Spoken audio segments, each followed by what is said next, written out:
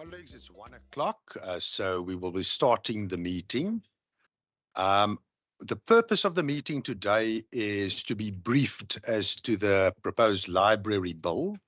If I can sort of summarize it in one sentence, the committee members, given that we are going to be taking the process forward, need to be satisfied that we understand exactly what is being proposed. So it's essentially to clarify the process. We're not going to be debating the bill itself just yet. The purpose is really to have questions of clarity and to understand what we're dealing with. But I would like to give firstly the members the opportunity to introduce themselves for the record. I'm Thomas Walters, I'm chair of the committee. Thank you very much. I am still Benedicta Fundman and member of the committee. Thank you, Chairperson. I'm member Boyson. Good day, everyone. Chairperson, my name is Wendy Kaiser-Philander, and I'm a member of this committee. Good afternoon. I'm Donita Stevens, and I'm a member of this committee. I can ask for and not leave you till the right at the end, as I usually do. If the procedural officer, if you can just introduce yourself as well. Thank you, Chairperson. Wasim Matthews, procedural officer.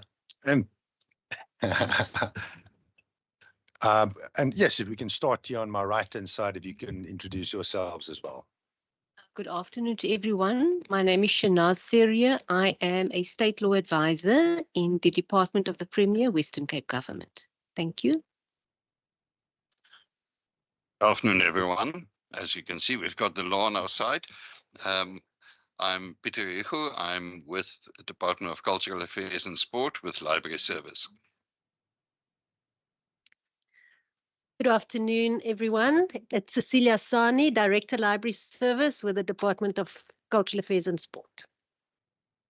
Good afternoon, Chair. Good afternoon, members. I am Carol van Wyk, the Chief Director at the Department of Cultural Affairs and Sport. Thank you. Good afternoon, everybody. My name is Dion Burger, and I'm in the Office of the Head of Department. Thank you.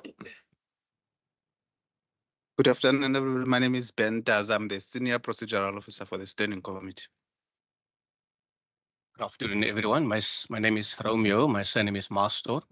I'm the legal advisor assigned to this committee.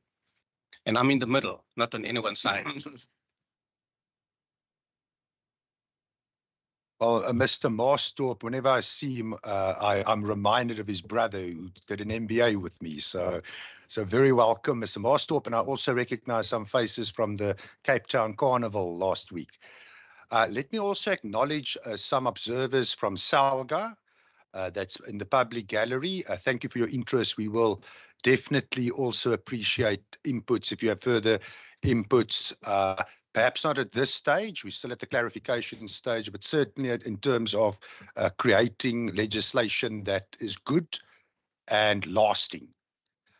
So if I can ask the department, if you can present to us, I think the important thing is, if I can just ask from my side, it's important to stress before we get to the bill itself, why this is needed. And I think also given the deliberations that the committee will be having later on, who's been consulted in the process up until now. But over to you, and thank you very much. This committee takes this matter very, very urgently. And perhaps maybe to just re-emphasize, to us, this is about saving libraries and saving a catapult institution for people who need it. So over to you. Thank you, Chair. Thank you, members. I am going to give an overview of why this is needed, setting it in the context of the department and the municipalities and where we are. And then Cecilia Sani will take over when she will take us through the committee through the high-level overview of the Western Cape Public Library Services Bill.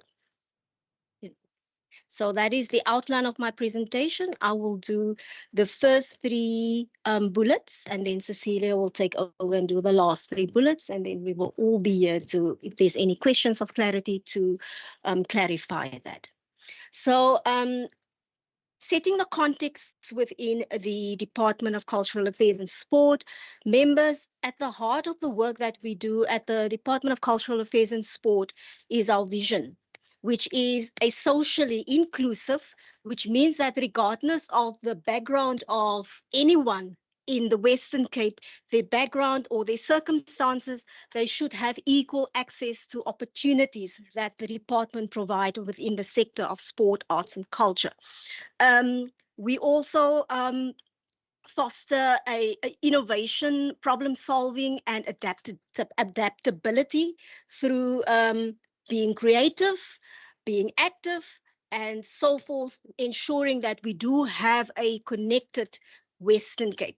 So when we talk about being creative, it's about fostering, as I've mentioned, innovation, problem solving and adaptability. When I speak about active, it's about ensuring a lifelong movement, play and performance as part of everyday life. So if the chairperson Walters, after the member committee sits during the day, go for a choir practice at night, it's part of arts and culture. Or if any member, I think member Stevens, go and jog afterwards, it's part of, you know, the sport being active.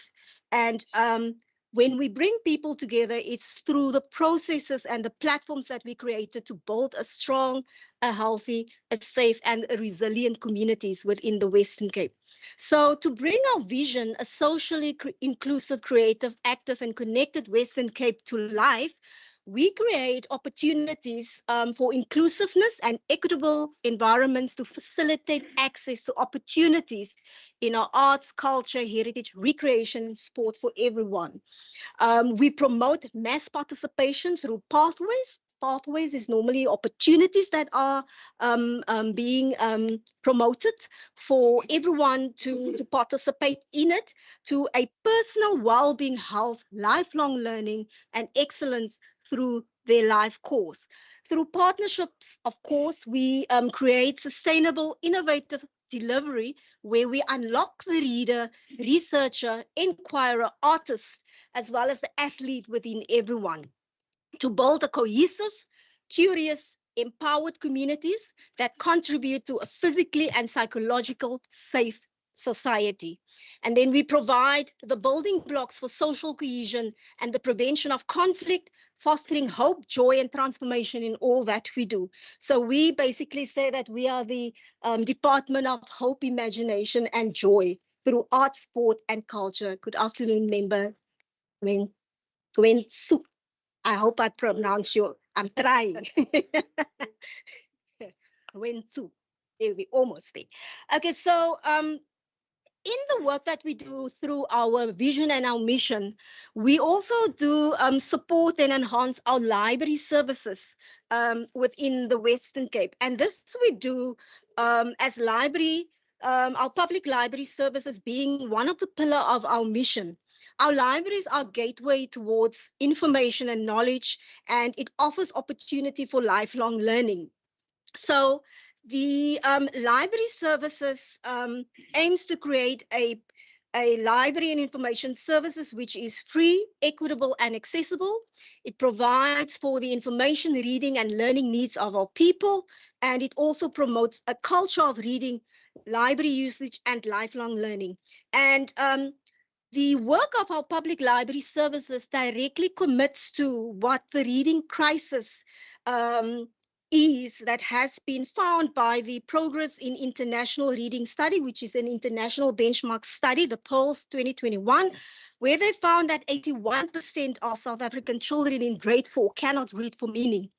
And through our library services in the Western Cape, in collaboration with municipalities, we are committed to address this reading crisis through the opportunities that we provide for the residents in the Western Cape. So in collaboration with our municipalities in the Western Cape, we provide 376 library service points, which provide 376 opportunities of hope to the inhabitants of the Western Cape. We have 37 mini libraries for the visually impaired and the blind, and we've got a stock up unto 6 million items to the value of 470 million of stock that our libraries process as well as make accessible to the residents in the Western Cape through our public library services.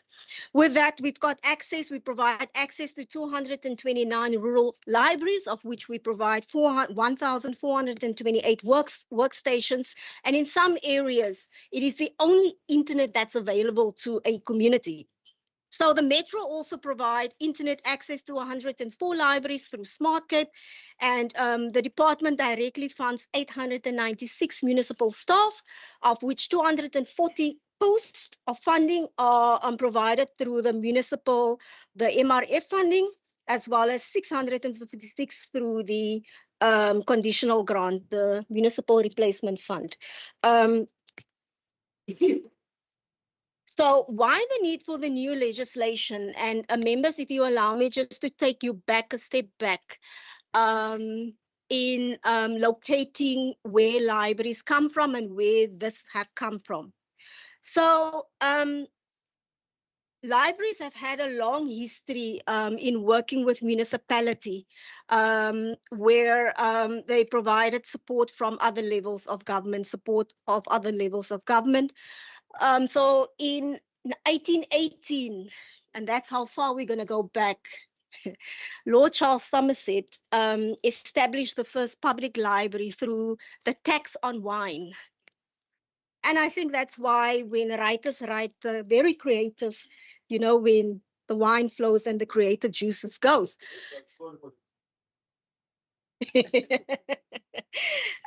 So that then follows where the Maltino regulations in 1874 created grants to establish public libraries in towns in the Western Cape.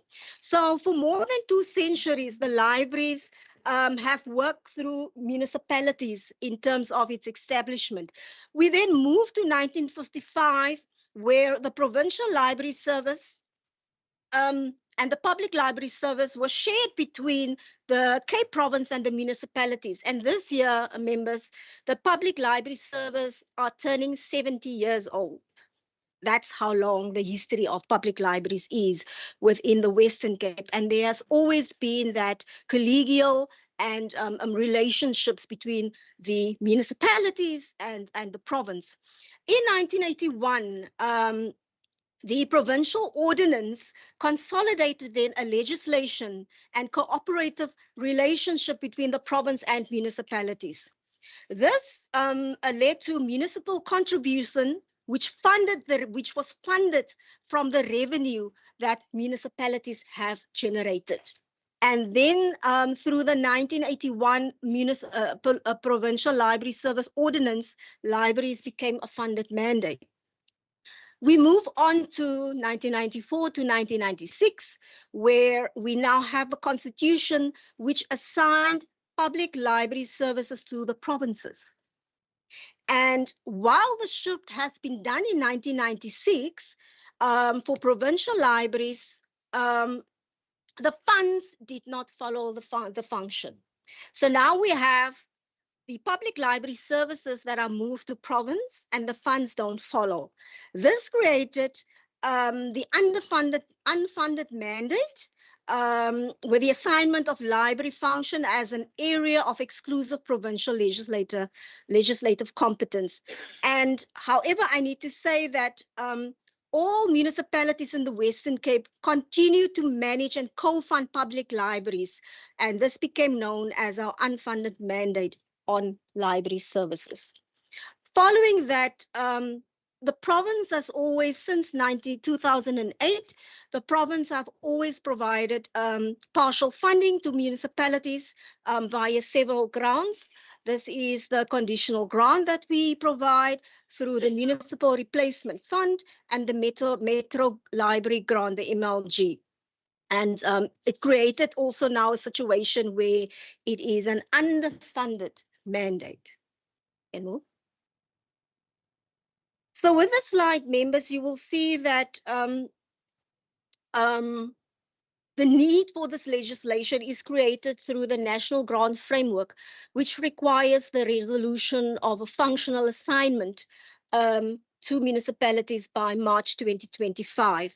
And this is aimed at bridging the funding gap that exists to strengthen provincial oversight and strategic direction and to ensure equitable service delivery, as well as to enhance library staffing and capacity as the funds are being distributed through the different grants that is received.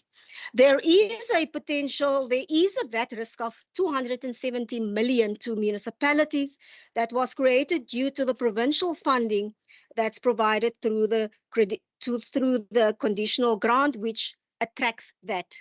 And then the urgency then for us is that the bill is urgently required for purposes of regulating the provision of public library services in the Western Cape and assigning the function to municipalities in the Western Cape. So the road towards the finalization of the Western Cape Public Library Service Bill is that extensive consultation have taken place with municipalities. Out of 25 municipalities in the province, 24 participated in engagement, with only the exception of Laingsburg municipality, which did not attend the scheduled meeting with Prince Albert. However, additionally, presentations was also made to SALGA Municipal Management Forum and the Chief Financial Officers Forum, and written consultations was also conducted. So you'll see on the slide, members, the extent of the consultations that we've had with the municipalities. So on, as I've mentioned, October 2023, we received in principle approval of the draft bill. On 17 July, Cabinet granted approval for the publication. The bill was published for public comment in the Provincial Gazette in August, and following the publication of the draft bill for public comment, we embarked on this consultation process, of which I've just mentioned that 24 out of 25 municipalities have participated in the consultation. In addition, members, you can move the slide. I think I'm talking too quick. So this is the presentations. Thank you, member. You know, when you are passionate about the work, you have my permission to completely ignore Member Gwensu during your presentation. So in future, I must refuse the chair to start a meeting in my absence. Because you'll not be taken care of. Noted, member.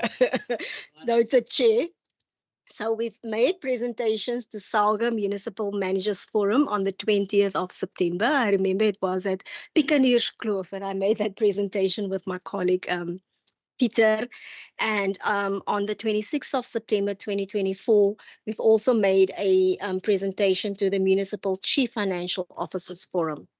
In addition to the above consultations, we also received formal written responses from Mossel Bay Municipality on the 21st of August, from the Swartland Municipality, a first letter that was dated on the 23rd of August, and a second on the 12th of September, the Oversight Municipality, City of Cape Town, Bergtown, Bergrivier Municipality, and SALGA.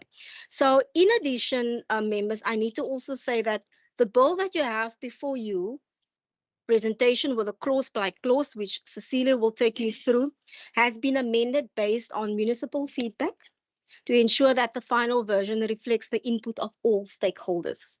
A key consultation was also done on the 6th of March at the Municipal Library Management Training, where municipal managers reviewed and approved the proposed amendments without further concerns.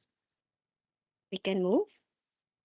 And that leads us now into chairperson and members, the purpose of the bill, which I will hand over to Cecilia Sani to take us through. Thank you, members.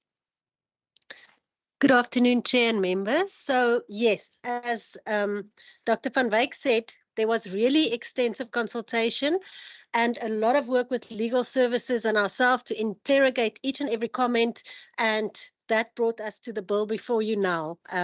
So the purpose of the bill is really most importantly is to regulate the provision of library service in the province. Since the change of the constitution in 1996, we really need that formal regulation. It's also providing the coordination of responsibilities, since it's a partnership between province as well as municipalities. It shows or provides for the registration of public libraries in the province. Most importantly, it actually makes provision for the assignment to municipal councils of certain functions, and then to determine the functions of the public library administrators. And the public library administrators are basically the municipalities. So we can move on. So clause 1 provide for definitions in the bill. So the definitions were very different in the first bill. We've gone through a lot of changes and we came up with these definitions, which Carol said the municipal library managers were very happy with, and we've changed it to be in line with all the comments. So I'm not going to go through the definitions, it's high level. So just before you proceed, Yes. as I pointed out in the beginning of the meeting, this is obviously to clarify. Yes. We're not at the debate and No, stage okay. yet, but in terms of questions of clarity, do you prefer going through the full presentation, or should we do it page by page? What do you prefer? Let's do it page by page as we Okay. get to that. Would, yeah, as people are fresh in. Or rather section by section. Yes. It's so if I can just ask, are there any questions of clarity around the definitions of clause 1?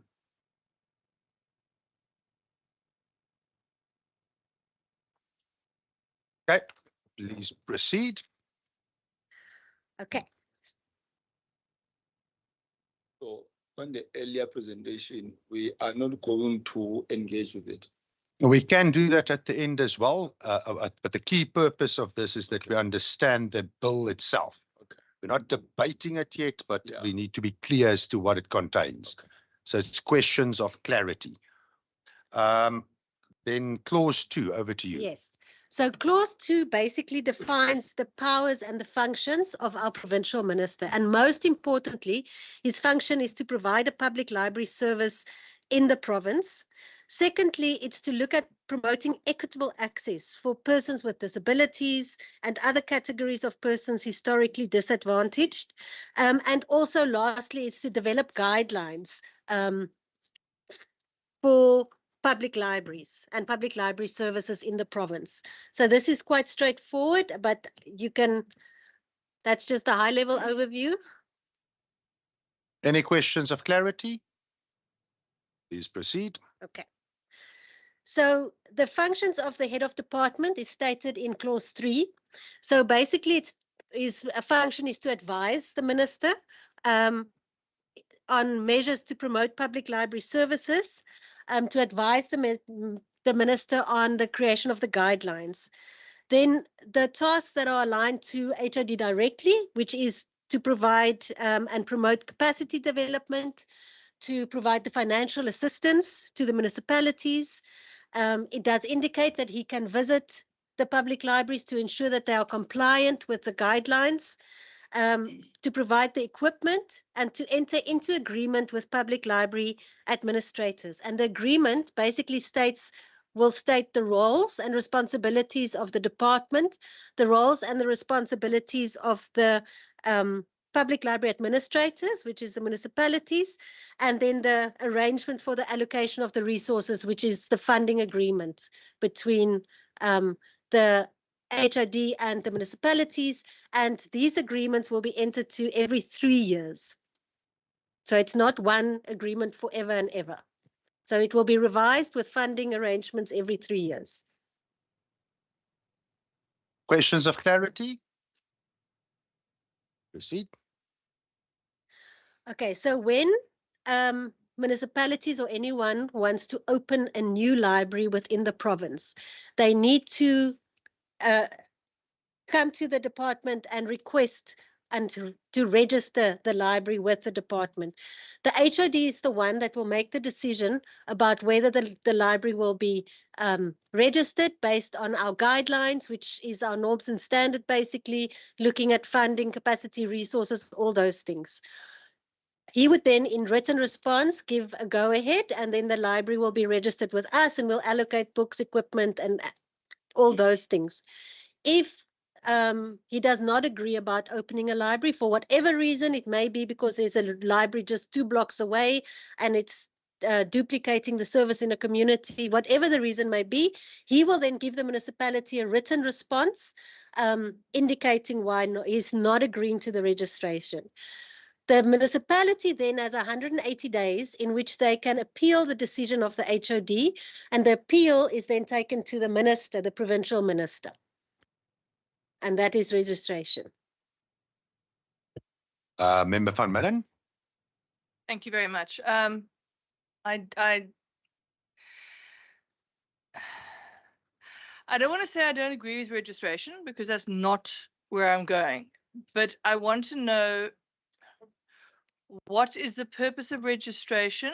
Is it merely so that there is a situation where we know, or what the head of department knows, which libraries there are, that they're in the system, that it has funding issues? Or does it give space for a head of department to decide to not register a library? And I'm going back here to a previous slide where it talks about accessibility, equity, all of that. Is there a potential here for essentially political interference with where a library is established, in a similar way as the perception was about doctors needing to apply to open a medical practice? Is that a clear question? Yes, so let me start with the first part, and I don't know, my colleagues can also assist me in answering this. The reason we register is to affiliate with us. It is so that we can then work out within our budget the books that are allocated to the library, that we can make sure that library is fully equipped and fully supported. It's part of the internet system, so it's part of us training them, guiding them. They're now part of our network. The second part of the question, I don't know if someone wants to assist me. Yes. Thank you, Member, for that question. If one look at public libraries being an open institution, and if one look at the history of public libraries, there's not ever been any interference in terms of political interference, and that is not what our vision and our mission speaks to. It's about creating access, or equitable access to everyone that is in the Western Cape, and as well as this clause is merely for administration purposes and linked to resources. Thank you, Member.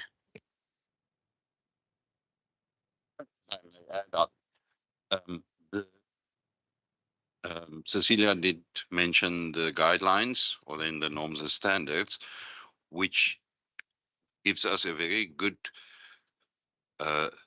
sphere in which a library would be viable or not. You take the size of the community. If there's only 20 people, establishing a library is a very costly and forever ongoing exercise. So it should be viable for the cost of the service towards the number of people benefiting from it, the nearness of another library, the closeness of schools, etc., etc. So those would be the guidelines in which it would be decided, is a library needed and viable, or is there another library close by that can actually help that community? And yes, it's not supposed to be a political play ball, but it's a very valid question, because we don't have control over future governments who might take that as a political decision factor. So we should actually just go back and look at that aspect.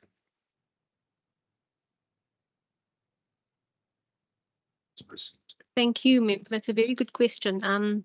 Just to state that Clause 2 very specifically says that it stipulates that the provincial minister must promote equitable access to public library services. So everything that's in the bill, basically, which concerns public library services, must be viewed within that context. So any attempt of an administrative nature that contradicts that specification in the bill is questionable.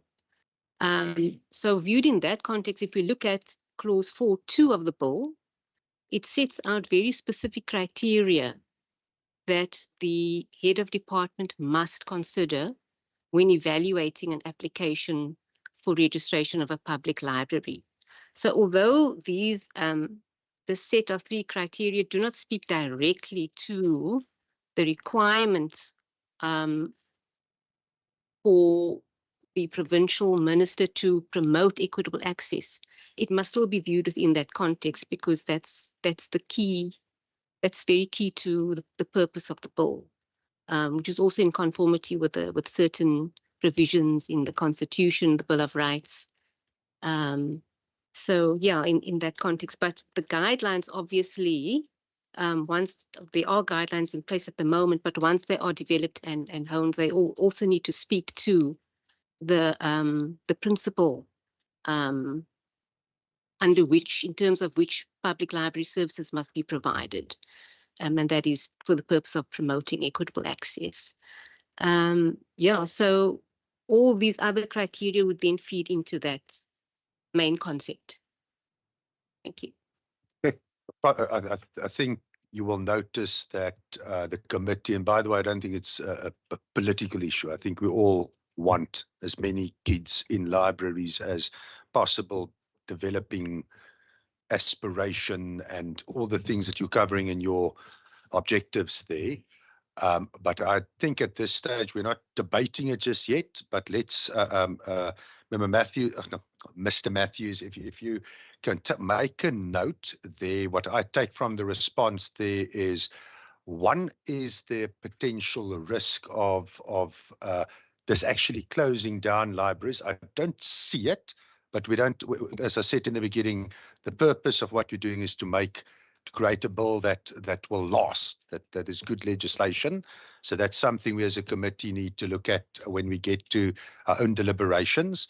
And I think also the issue of the guidelines that's going to be applying in the future, that is also a matter that the committee will need to be looking at to satisfy ourselves that the bill, there's no unintended consequences in the bill in that regard. But thank you for the answers. Yeah, if you can proceed with the presentation. I hope this isn't too disruptive, but certainly helpful on our side.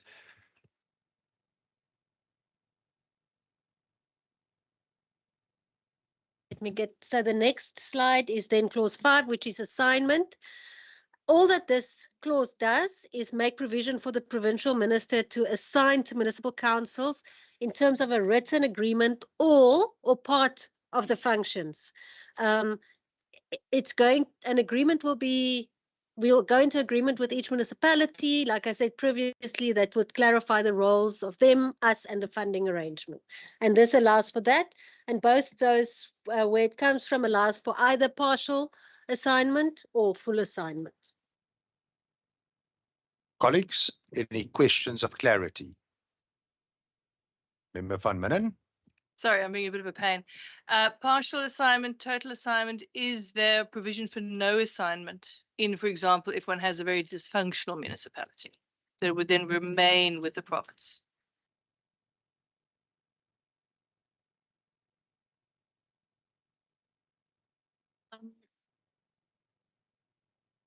There will be instances where a public library administrator will be able to conduct a public library and provide public library services without the function being assigned to it. For example, in the case of public library administrators that are not municipalities, there are libraries that are provided, for example, at the Department of Correctional Services.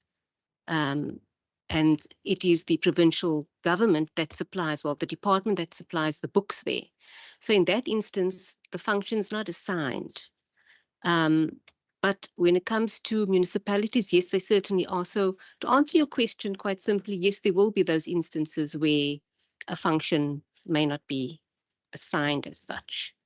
But the library is registered and public library services are provided.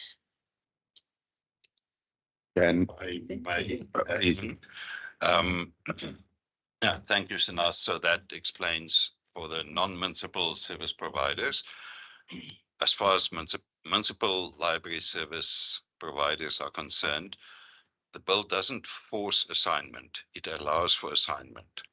So if municipality X decide not to go into the assignment agreement, it may still continue providing the service as is the current situation, with partial funding from the department, with the only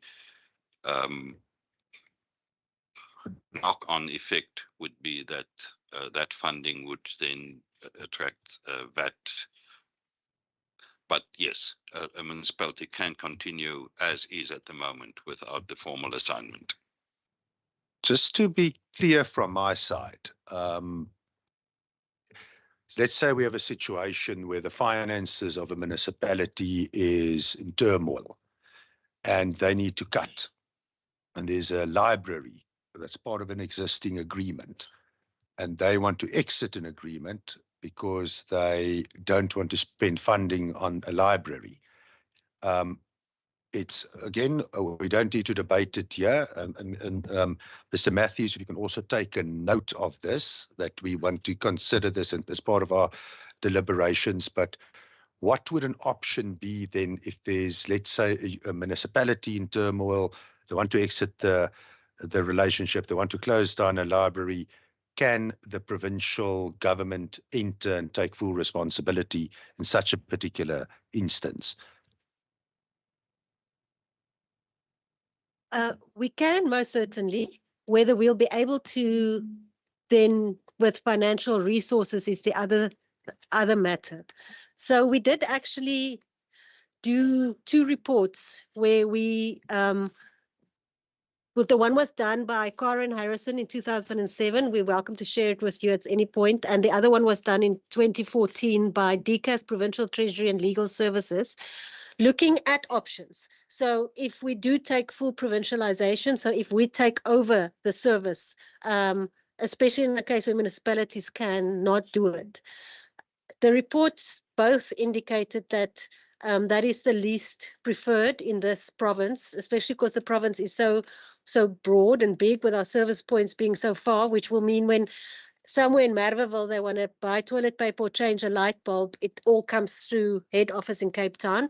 But also the cost to the department to enlarge our support base to be able to take on another 1,000 employees, take on the maintenance of buildings and so on.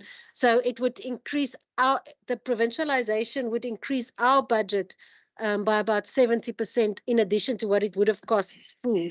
So what we say to municipalities is if they say they give the service back to us, we would then have to obviously engage and see how many we will be able to manage. Say there's 10 libraries in the community with our funding and what we can do. And so we're no longer going to transfer to them. It will probably reduce the service quite substantially in that community. But as a legal principle, it's possible. As a legal principle, it's possible. Yep. Yep. I see no other hands. Please proceed. Okay. Then we get to the functions of the public library administrators. The public library administrators are mainly municipalities. We've got a few, like Shanaaz mentioned, which is correctional services or smaller depot libraries by community organizations or NGOs. But what they do is they provide the premise, the day-to-day running and funding, as well as appointing the public library staff. So they do the actual management of the actual library in the coal face. It also speaks in this section to the reporting requirements that the administrators will be required to report to the department. And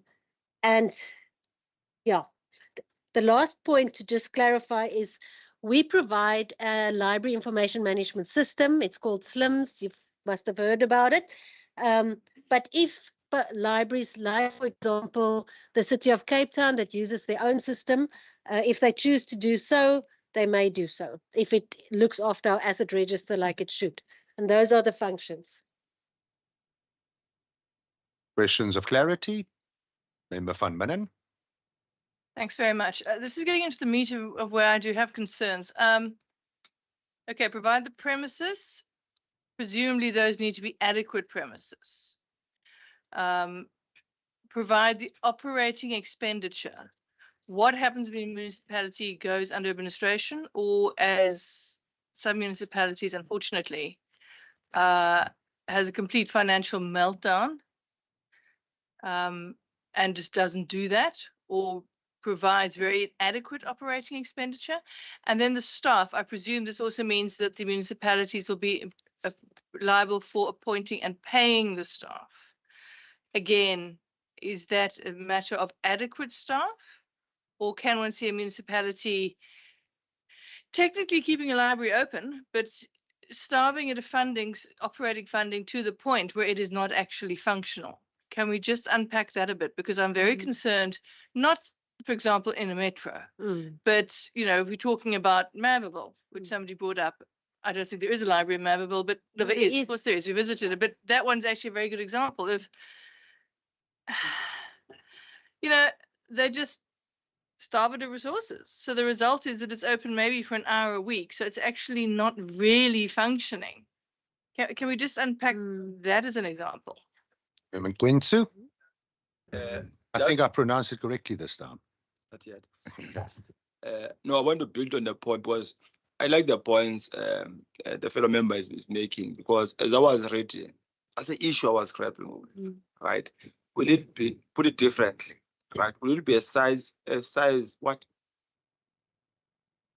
Size fit all. One size. One size, yes. One size fit all approach.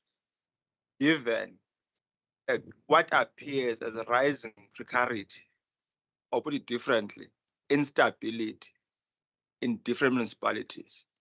Where I stand, right, I can confidently say potentially it could work for the City of Cape Town, Winelands municipality, Mossel Bay municipality, very few municipalities, actually, you know, as she has already put it.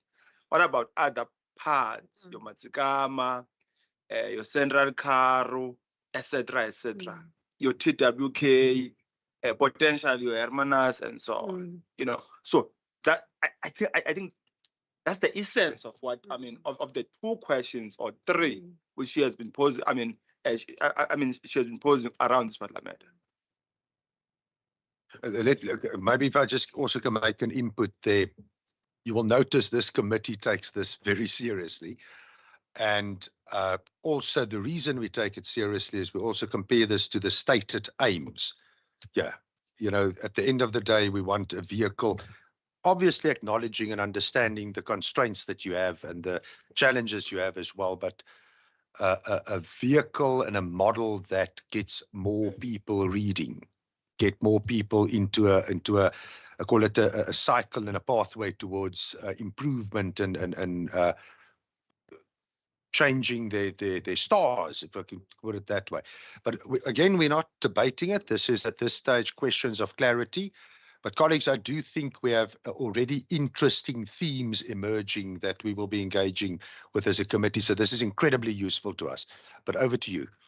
Okay, now thank you very much for those questions. So you must remember we are mostly fully funding the B3 municipalities, right? So we give them funding based on their business plan. We also make sure that which would include the staff for the libraries as well as the operational expenditure. And then we have monitoring visits. Now, APP target, you'll actually see we have more than 1,000 monitoring visits to our libraries, including separate financial ones, which we do just with the municipalities. So we give full funding to the B3s. The other ones is 70% up. It's only the metro that's an outlier where we fund them very little. So we do sign annual funding agreements with the municipalities, and that will continue. It will not change after this because we're still going to be giving funding, and that funding must be spent as they said, and that is how we monitor it. Yes, there are situations where we are working with municipalities to try and improve. We have a lot of training interventions, or at the moment we're talking about a new way of service delivery with our libraries and becoming more the one-stop shop in communities, community hubs, information hubs. But that is what this bill is also going to help us do, is to, I think it will help regulate that. So I don't know if you want to add, or Peter? Thank you, Cecilia. Thank you, members, for that. It's also going to take us back to the beginning when I spoke about why the need for this bill. So there is a national grant framework that requires us to resolute the functional assignment to municipalities. Currently, we are working with municipalities based on what Cecilia have said. We will continue that. So it's basically formally assigning it and legally assigning it, because the problem that we currently have is with the Ordinance 1981. Peter can talk more about the Ordinance of 1981 that and the Constitution assigning the service, or the public library services to the province without funding. We get the national grant work grants, and within that we are compelled to, by law, ensure that through this bill we regulate the functions officially, if I may say, by this legislation to municipalities. But the modus operandi or the status quo won't change. Thank you, member. If I may add on, I think the gist of the questions are, what if a municipality cannot perform? So first of all, let me go back to the past decades. We have had struggling municipalities. Sometimes it might be Cederberg, and a few years later they're better, and then it's TWK, etc. Swellendam was at one stage struggling, and then at a few years later they were the best municipality in the country. So during those struggle years with all our municipalities, because of our funding agreements and our hands-on assisting of municipalities in both spending the money and running their libraries, our experience was that even during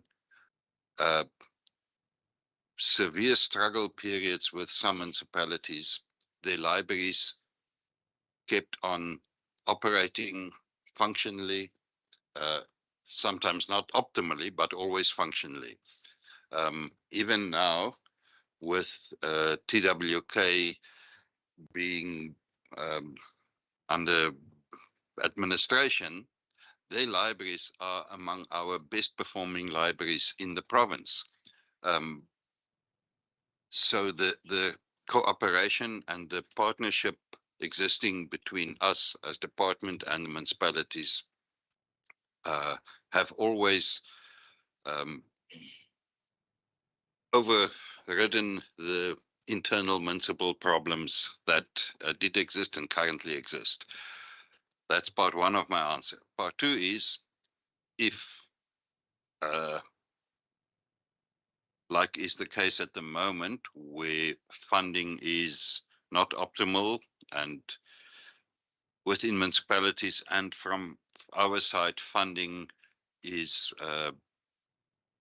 shrinking in what it can actually buy, obviously reprioritizing of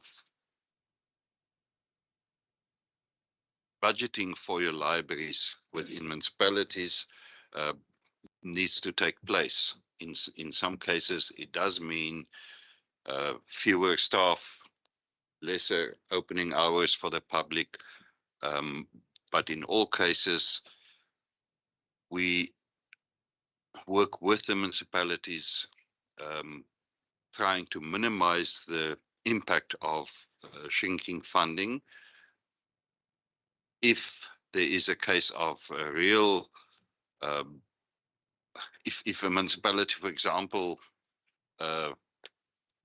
decides that the part that they currently provide from their own municipal budget will not be forthcoming, and they'll only use what we provide, obviously it would mean a more severe shrinking of the service, possible closing of some libraries, but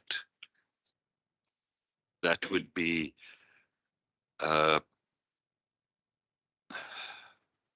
would have to be managed with cooperation from both sides, and it would not be the ideal, but it would still keep the service alive for the majority of your communities, instead of just throwing up the ball and saying we cannot do it. May I just say, we really appreciate you giving us also the potential risks.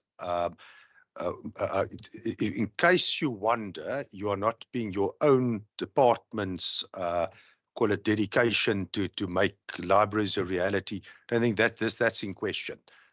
It's what we do need to do is create a bill that really goes as far as it possibly can and wisely is doing it, so to ensure that we avoid any, call it what if situations. Member Boyson, if your turn. It sounds similar. Chairperson, thank you. Chairperson, mine is a comment and probably a tip-off to the professionals. My sense, Chairperson, is that we as a committee, we fully support libraries because we know the future is within libraries for the country, in fact, and for all the schools. And based on the questions that I'm hearing coming from the members, we are looking out for unintended consequences, for what the bill is trying to achieve. And when we're going to come back, Chairperson, we would then raise the unintended consequences. And then during the public participation processes, also try and see how that can be resolved. But my sense is we do want this. And as I'm saying, it's the means to make it sustainable. Right. You have a response, and after that we can continue. Yes, if I may just say that, hidden within the intricacies of the bill, you'll find that the key to the assignment in this particular bill is the agreement that's contemplated in terms of the Constitution, the provincial and the national Constitution. So each municipality will have a tailored agreement between the department and itself. And I would like to, I hope that all the contextual realities of the particular municipality will be taken into consideration for the agreement.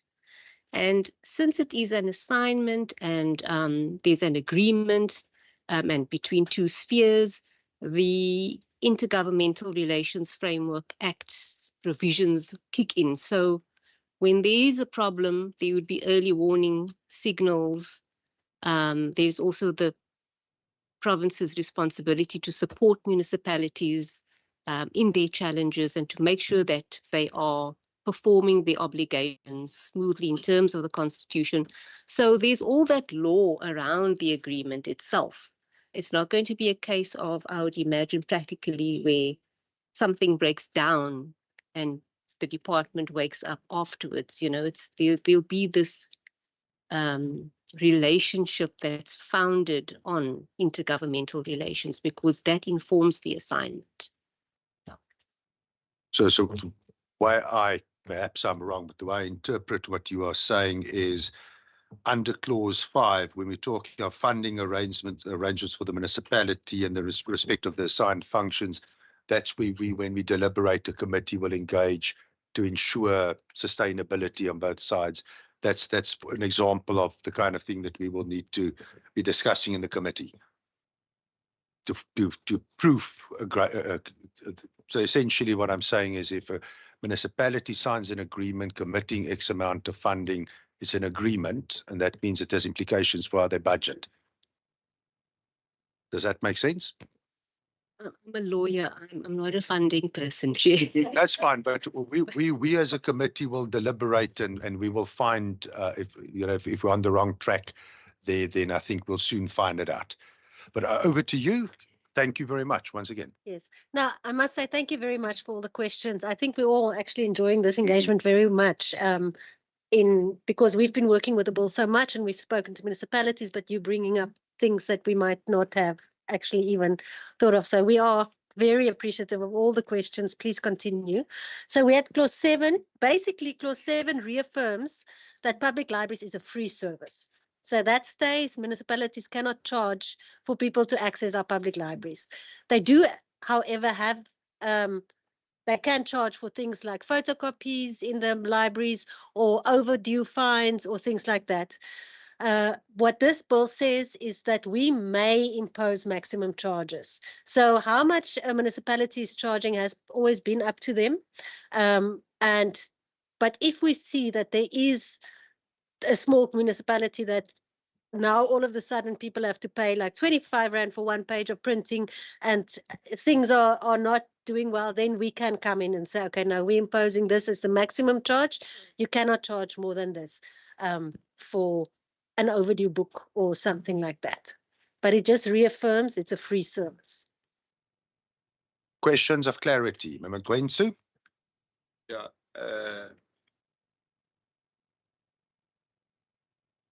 Maybe one should have posed this question at the beginning of the meeting. As MPs and staff, how many of us have public library service card here? To what extent are we exemplary in the use of public library? I might be the only one. Now, I'm raising this. It might sound, a joke or so, but on this question of fees, because whatever determination, it will be important to look at the rate of books that get returned and not get returned. And the late fees, the fees you are charged with it late and so on. So as we make that whatever determination and what should be the competence of the MSC, that should be considered. Because I may borrow a book and not return it, and I'll be charged whatever and get returned off, right? Without acknowledging the value of that and its availability or scarcity.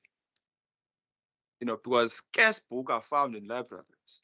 If I can't find anywhere, I go to the library. I can go to the library and steal it. So I think there has to be clear. Yes, must be affordable, must be accessible, and so on. But that must be considered so that they do not run at a loss, and that one is able to take responsibility and look after the property of the library, when it's public property. Member Boyson? Chairperson, just to add to that, and I will actually again want to congratulate the powers that be. I heard over the radio, I think it was yesterday, you guys have come up with fine-free weeks. Yeah. So that's a good thing. Then it would complement what Member Names is saying for books to come back, because we're scared to bring the books back for those fines, and somebody else might need the book. Thank you, Chair. Right. Thank you very much. Responses, and then you can please proceed.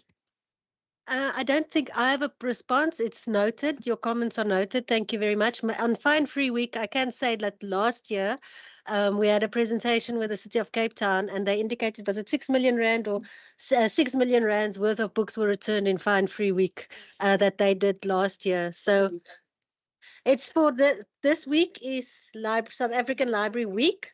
So they're doing it this week, but they actually do it more than just this week.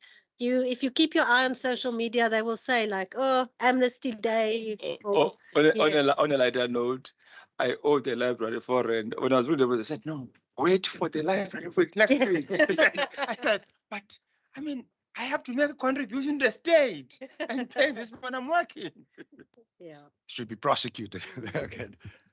But I think there's I think the point that was made is there's library users here, you know, and can I just maybe also as a possible point when we get to the deliberations, Mr. Matthews, the under the admission and charges, if we can take on board the point that was made there in terms of preservation of assets, it may or may not fit in here, may or may not make sense, but I think it's not a thought we should lose at this stage. We will look at it. But over to you again.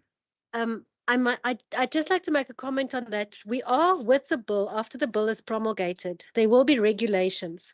And the regulation stipulates things like how to look after our assets, the preservations of the book, what happens. So there are parts of legislation that will also still come that will speak to some of what you're talking about. Okay, moving on to clause 8 is the closure of a public library. So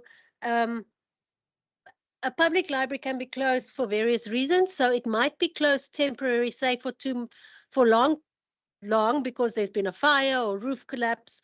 What we are asking is municipalities to inform us if a library will be closed for 60 days or more, so that we know, so that we can look after our equipment and our books, but also that we can ensure that there is a service in the community and see how we can assist. So that's what we ask. Then also, a library may choose to close permanently. So in what has happened currently is that the minister approves a library closure. The bill is changing that because of the assignment. So we ask that if you are closing a library, let us know within 90 days before the intended date of closure. This will allow the department to engage then with the municipality and on whichever level we need to engage.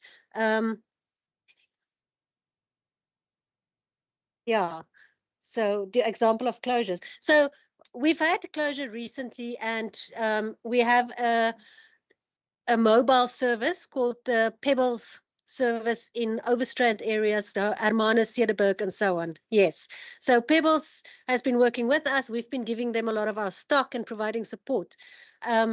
They've asked to deregister, to de-affiliate from us. So they're closing off our books, but they're not closing for real. They are going to just use their own books that they get through donations because of the high loss rate and the accountability. So they, you know, to the state.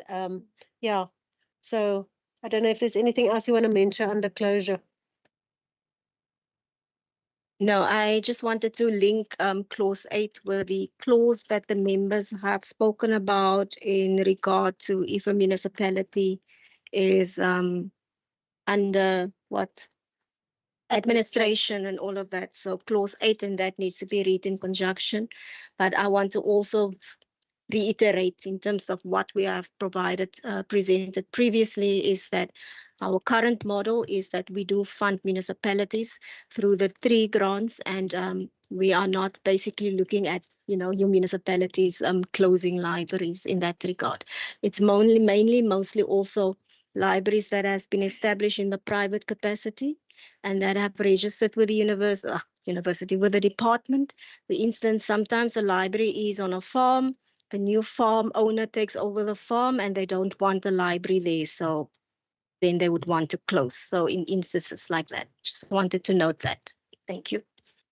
Questions? Member Quince and then Member Van Midden. Maybe before every committee meeting, you must start a rehearsal of how to pronounce my surname. There are moments where I realize that indeed you are regressing. No, on this one, clause 8, I hear about the consultation, and for me, this clause, important as it may sound, it disregards other stakeholders and assume that the only stakeholders are the internal stakeholders, the levels, the province and local government. And what about the public?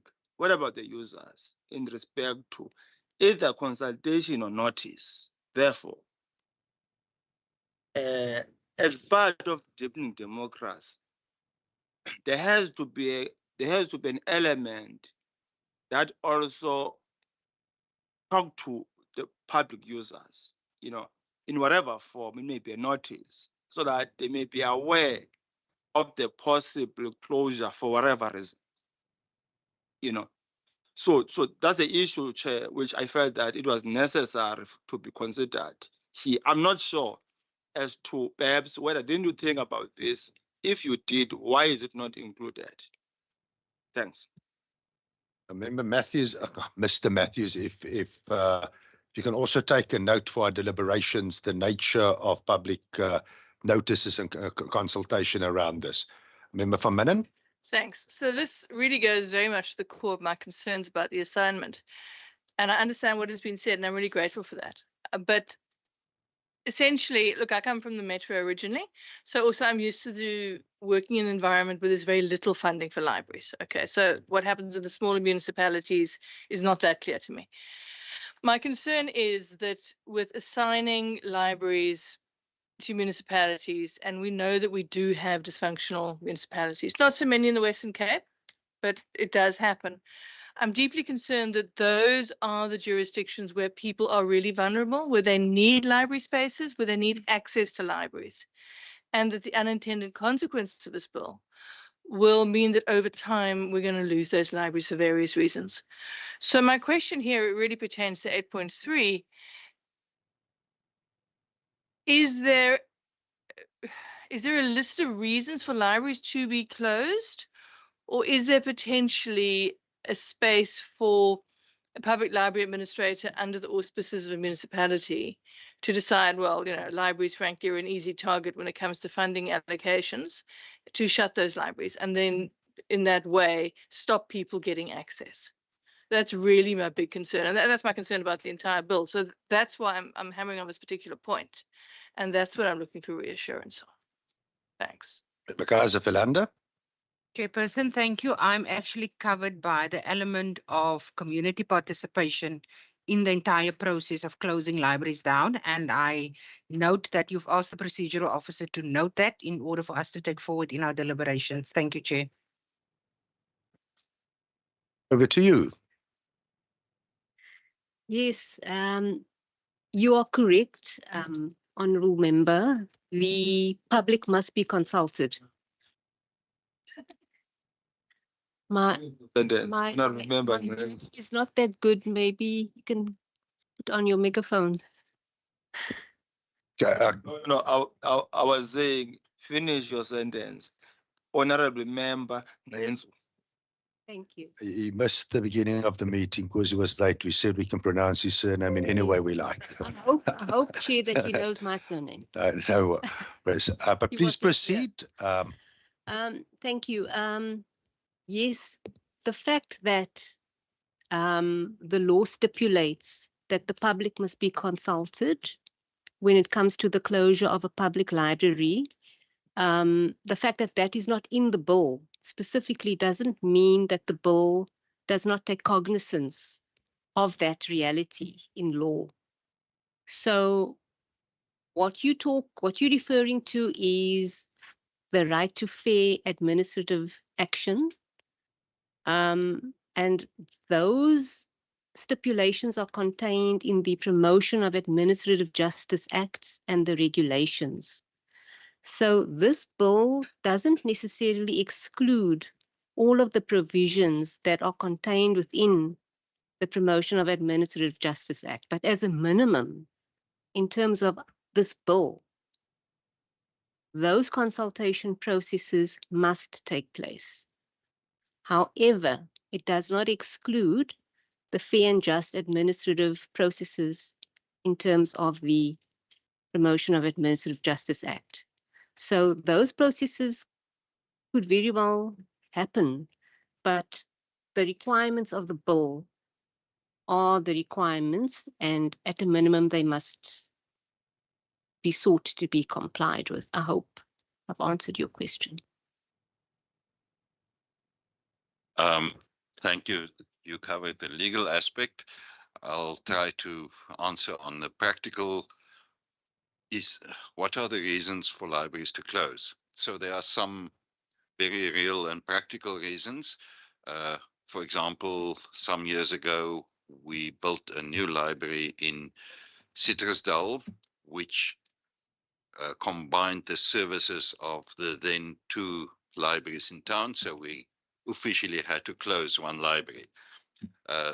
Sometimes, especially in your very small communities, we have several very small libraries in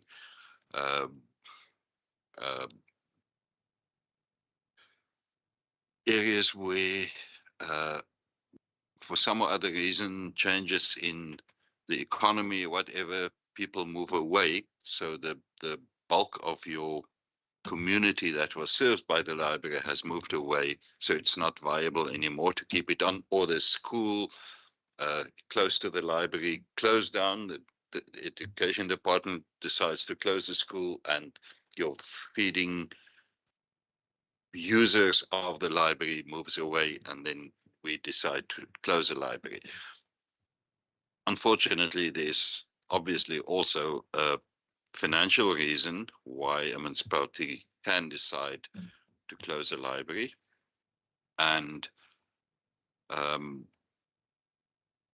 especially when you assign a function to a municipality with co-funding, not full funding, and that municipality takes on that responsibility. The feedback we received from quite a number of municipalities was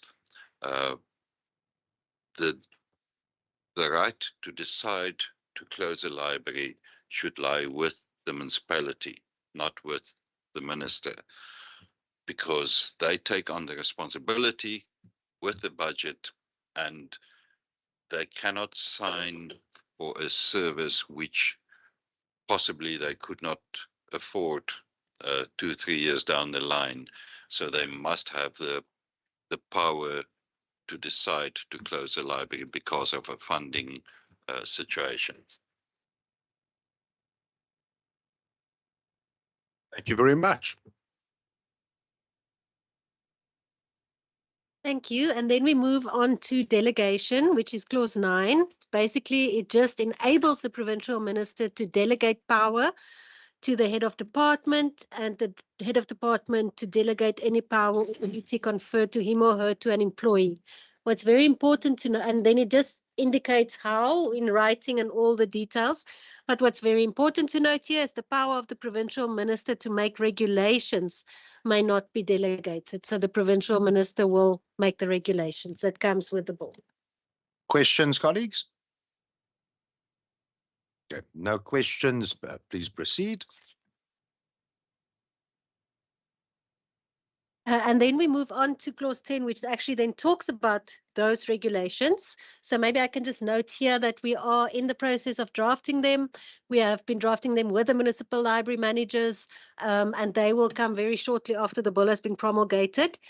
So it would look at things like the registration of libraries, the procedure to appeal against the decision.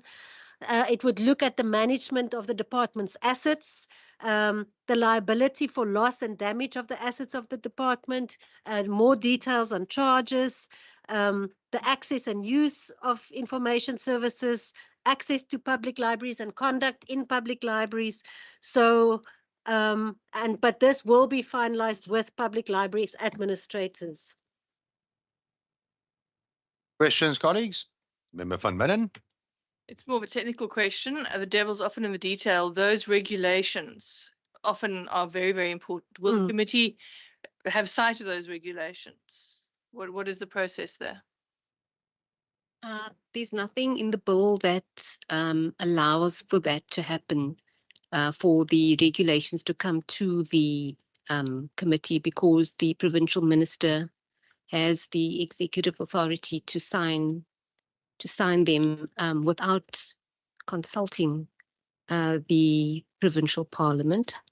However, that is something that could be taken up between the executive and the provincial legislature. Yeah, my understanding would be we might not be making the regulations, but we can certainly ask that it comes to the committee for our scrutinization. It doesn't mean that we can change. It doesn't mean the minister needs our permission, but we certainly have the right to that, to have sight of that and to deliberate on it. But be that as it may, any other questions, members? Right, let's proceed. Member? And then what becomes the role of council in those, in municipalities in respect to this? On the regulations, yes, it suggests that the provincial minister must be responsible to formulating the regulations.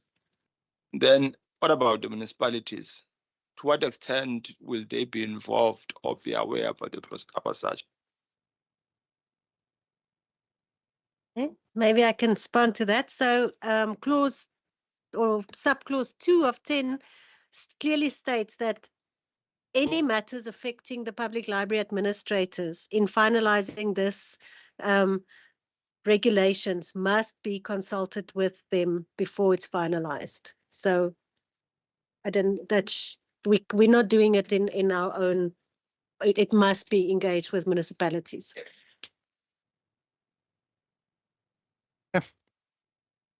Please proceed. And then the last 3 are very much more just the legal stuff, where we are repealing the ordinance of 1981.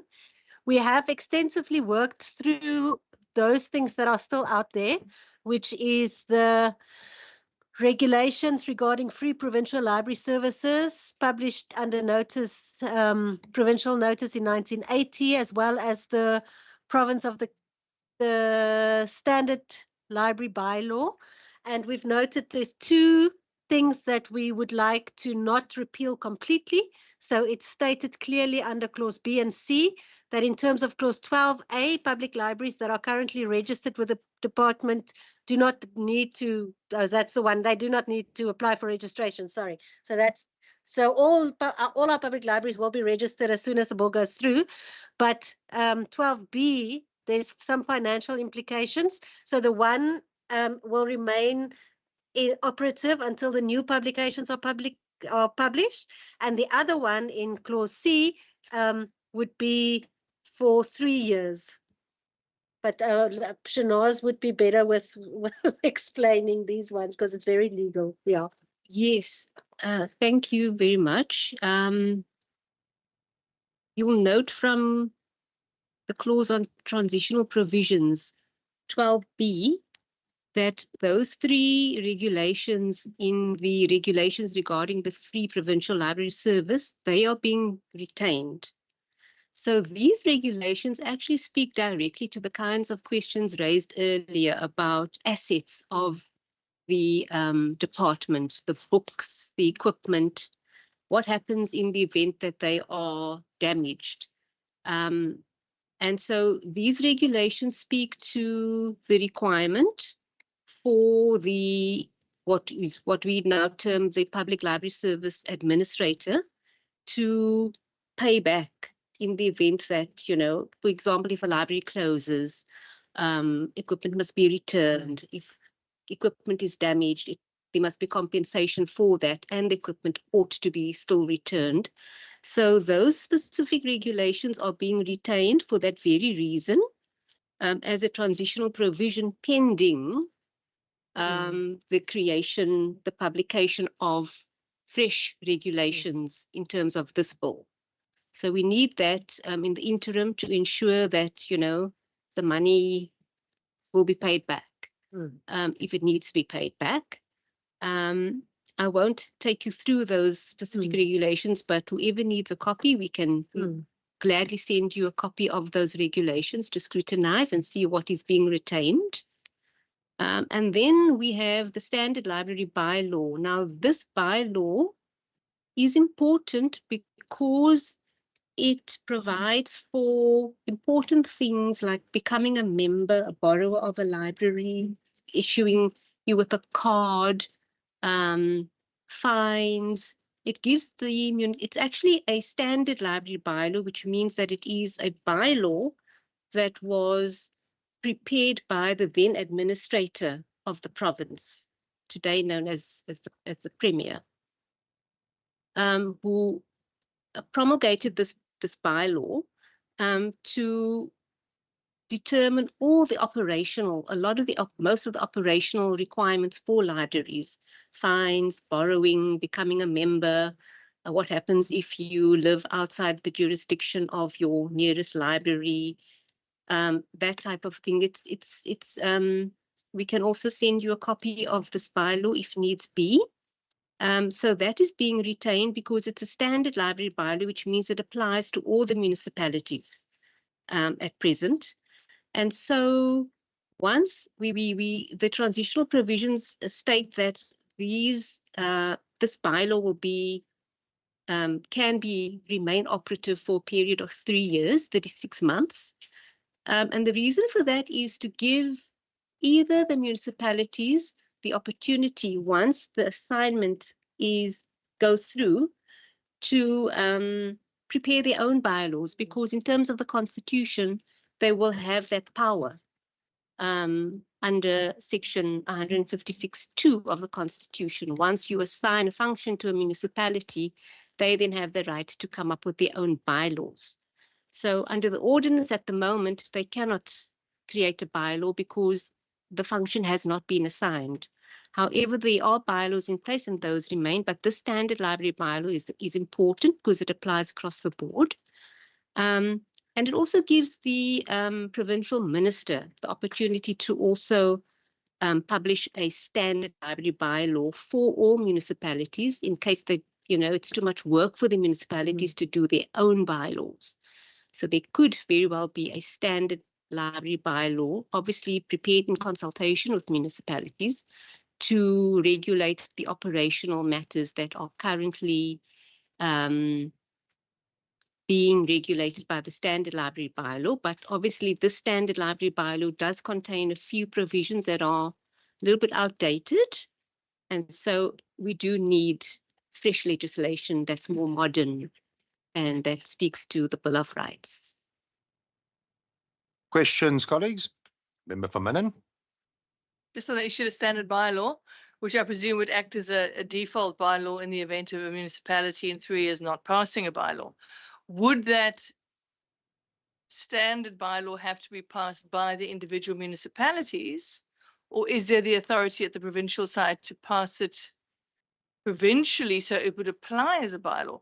I'm just asking how that actually works legally, because as I understand it, bylaws are passed by municipalities. Yes, but in terms of the Local Government Municipal Systems Act, I think it's Section 14, if memory serves.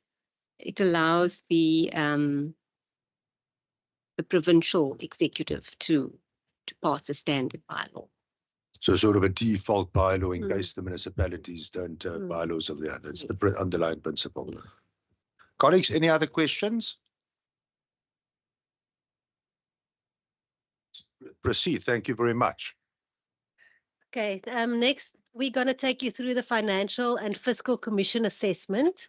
So as is a requirement by Section 92A of the Local Government Municipal Systems Act, we asked our provincial minister was required to request an assessment on the bill from the Financial and Fiscal Commission. So the provincial minister sent a request and we received the assessment on the 1st of November 2024. It was shared as part of supporting documentation with this presentation.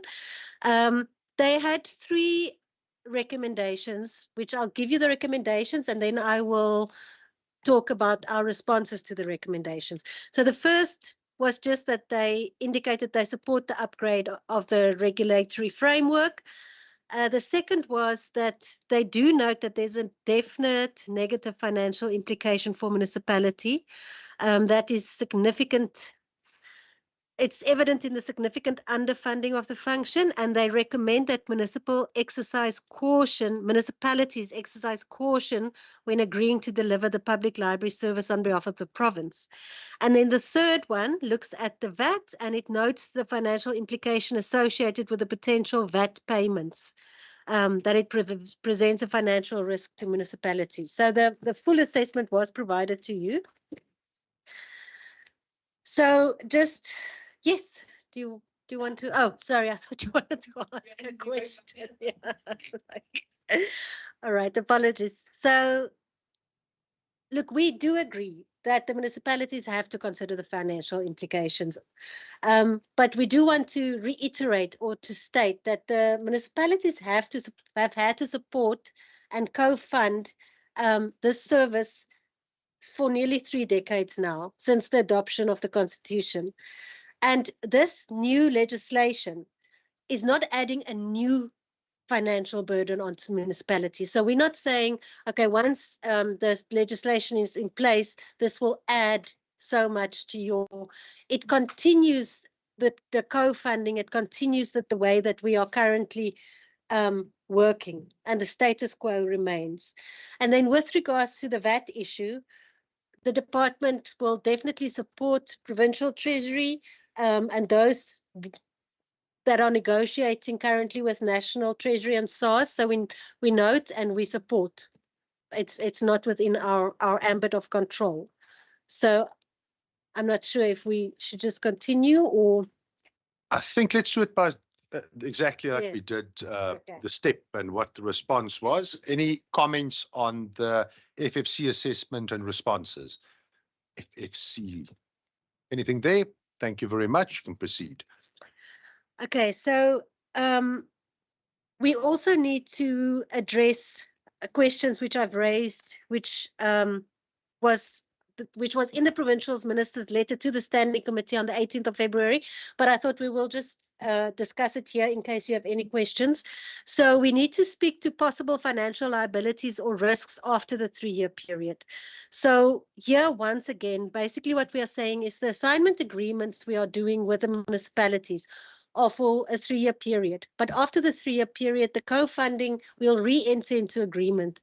We don't foresee that there will be any major change in the status quo. So very much similar to the response I gave previously, it is the co-funding would continue. And I mean, we will always continue fighting for full funding from our side with all the treasuries that may be. But we do not see a financial liability after 3 years. And Peter, you can come in here at any time if you want to, if I'm not discussing all of that, because he's also been very much part of the funding side of things. How any additional expenditure by municipalities will be funding. So basically, once again, what we're saying is that the assignment will legally consolidate the status quo of cooperation and co-funding between the department and the municipalities. And it is anticipated that there's no additional expenditure related to that which municipalities have been budgeting for public libraries year on year. And then implications of the assignment of the capacity of those municipalities. So the 24 local municipalities and the City of Cape Town providing the public library service have proven their capacity to provide the service over decades. So this assignment, once again, will legally consolidate the current roles and responsibilities. And it is anticipated that the assignment will have no implications for the capacity of municipalities to provide the service. Questions, colleagues? Member Boyson?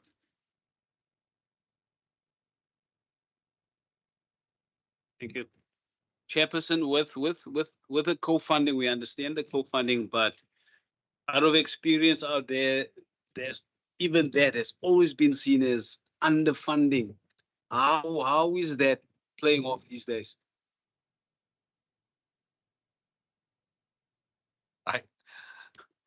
When we presented at the municipal managers forum, I think one of the municipal managers summed it up. She said, obviously it's not the ideal, the full funding would have been the ideal. and doing an assignment with partial funding. Said, well, we're damned if we don't, and we're damned if we do. So let's do it. Municipalities are complaining, but they still continue doing the service. Member Stevens. Okay, I want to know, will there be additional funding for municipalities to support compliance with the bill's provisions? No, we don't have additional funding. The funding that we've been allocating and that we indicate over the MTF is still the allocations. Like I say, we continue to fight with national and provincial to increase the allocations, but there's nothing additional that will come after the bill. No. I think essentially the message is no politician must go out there and promise stuff there because, but I think what I'm hearing is everyone wants more money. Right, and I think we've discussed in some of the previous meetings as well how you value the contribution, and I think that's also something that perhaps as a byproduct of this process that we need to look at as a committee. We mustn't confuse the two, the bill and the funding debate and the budget debates, but that I think is also a subject of the underlying concern from the committee is we're in a fiscally constrained environment. It's not likely to change for the better, given the economy of the country in the foreseeable future. So part of our thinking that we mustn't conflate with this process is how do we build robust models that do more with less, or whatever the expression is. That's, I think, part of a discussion that I suspect will be cross-pollinated here in the committee as well. But yes, we understand that. I think we also, as a committee, without moving beyond the scope of this particular legislation, we also, we also want to ensure that it actually works, and we need to find a balance there of not moving into the sphere of, say, telling municipalities what they should be doing, which we can't do as a committee, but at the same time trying to get some guarantees on their side and ensuring there's legislation that maybe facilitate, call it sustainable support from municipalities and perhaps even elsewhere. I hope that made sense, but a lot of it might be outside of the scope of the bill as well. Member Stevens, is that an old, a new, like? In part, Chair, I think you covered my question. You know, firstly, I'm one of those who are against this neoliberal austerity trajectory, which is responsible for what is called fiscal consolidation, right? Now, I heard as when you speak, you talk about we'll fight with the provincial and national government, right? That for me is a struggle. However, the reality is that our current government, right, at all levels, is firmly and resolutely behind fiscal consolidation. Therefore, this bill ought to be alive with that reality, that we don't get into a bill which undermines the present realities. You know, so that's the issue which I wanted to highlight, though the chair in part attempted, but in a liberal understanding kind of a way. Thanks. You will notice there's a philosophical and ideological debate here, but look, I think we all agreed we need a model that fits the times, and part of what we want to look at, and again, you know, we also understand we can't do everything in this committee, and there's a particular legal bill that addresses certain immediate things that we need to not lose sight of in our enthusiasm. But that's part of the backdrop here, is doing having a bill that 20 years from now will still be a good bill, and in a sense will be able to adjust to the times and the environment that we're occupying. I hope that makes sense. We're very ambitious, and sometimes we need to, it's my job as the chair, we need to keep ourselves sometimes on track. Member van Midden? I don't want to end up in a whole big debate, but is there any provision for third-party funding with this? That's just what I want to know. Thanks. But Member Stevens? Could this bill lead to legal disputes over provincial and national responsibilities? Thank you very much for all those comments and questions. So I wanted to note that when we went on our roadshow in September, the MMs were actually mostly in those meetings. They took this very seriously. And what was very nice was it opened a discussion with them on revenue generating initiatives and how to look at funding their public library service. So for many of them, it opened their eyes when we spoke about how some of the municipalities are doing, and you can have revenue generating like a coffee truck standing on your property, selling coffee to the libraries coming in, and some of that revenue is going to the libraries, creating spaces, business corners that makes money in libraries.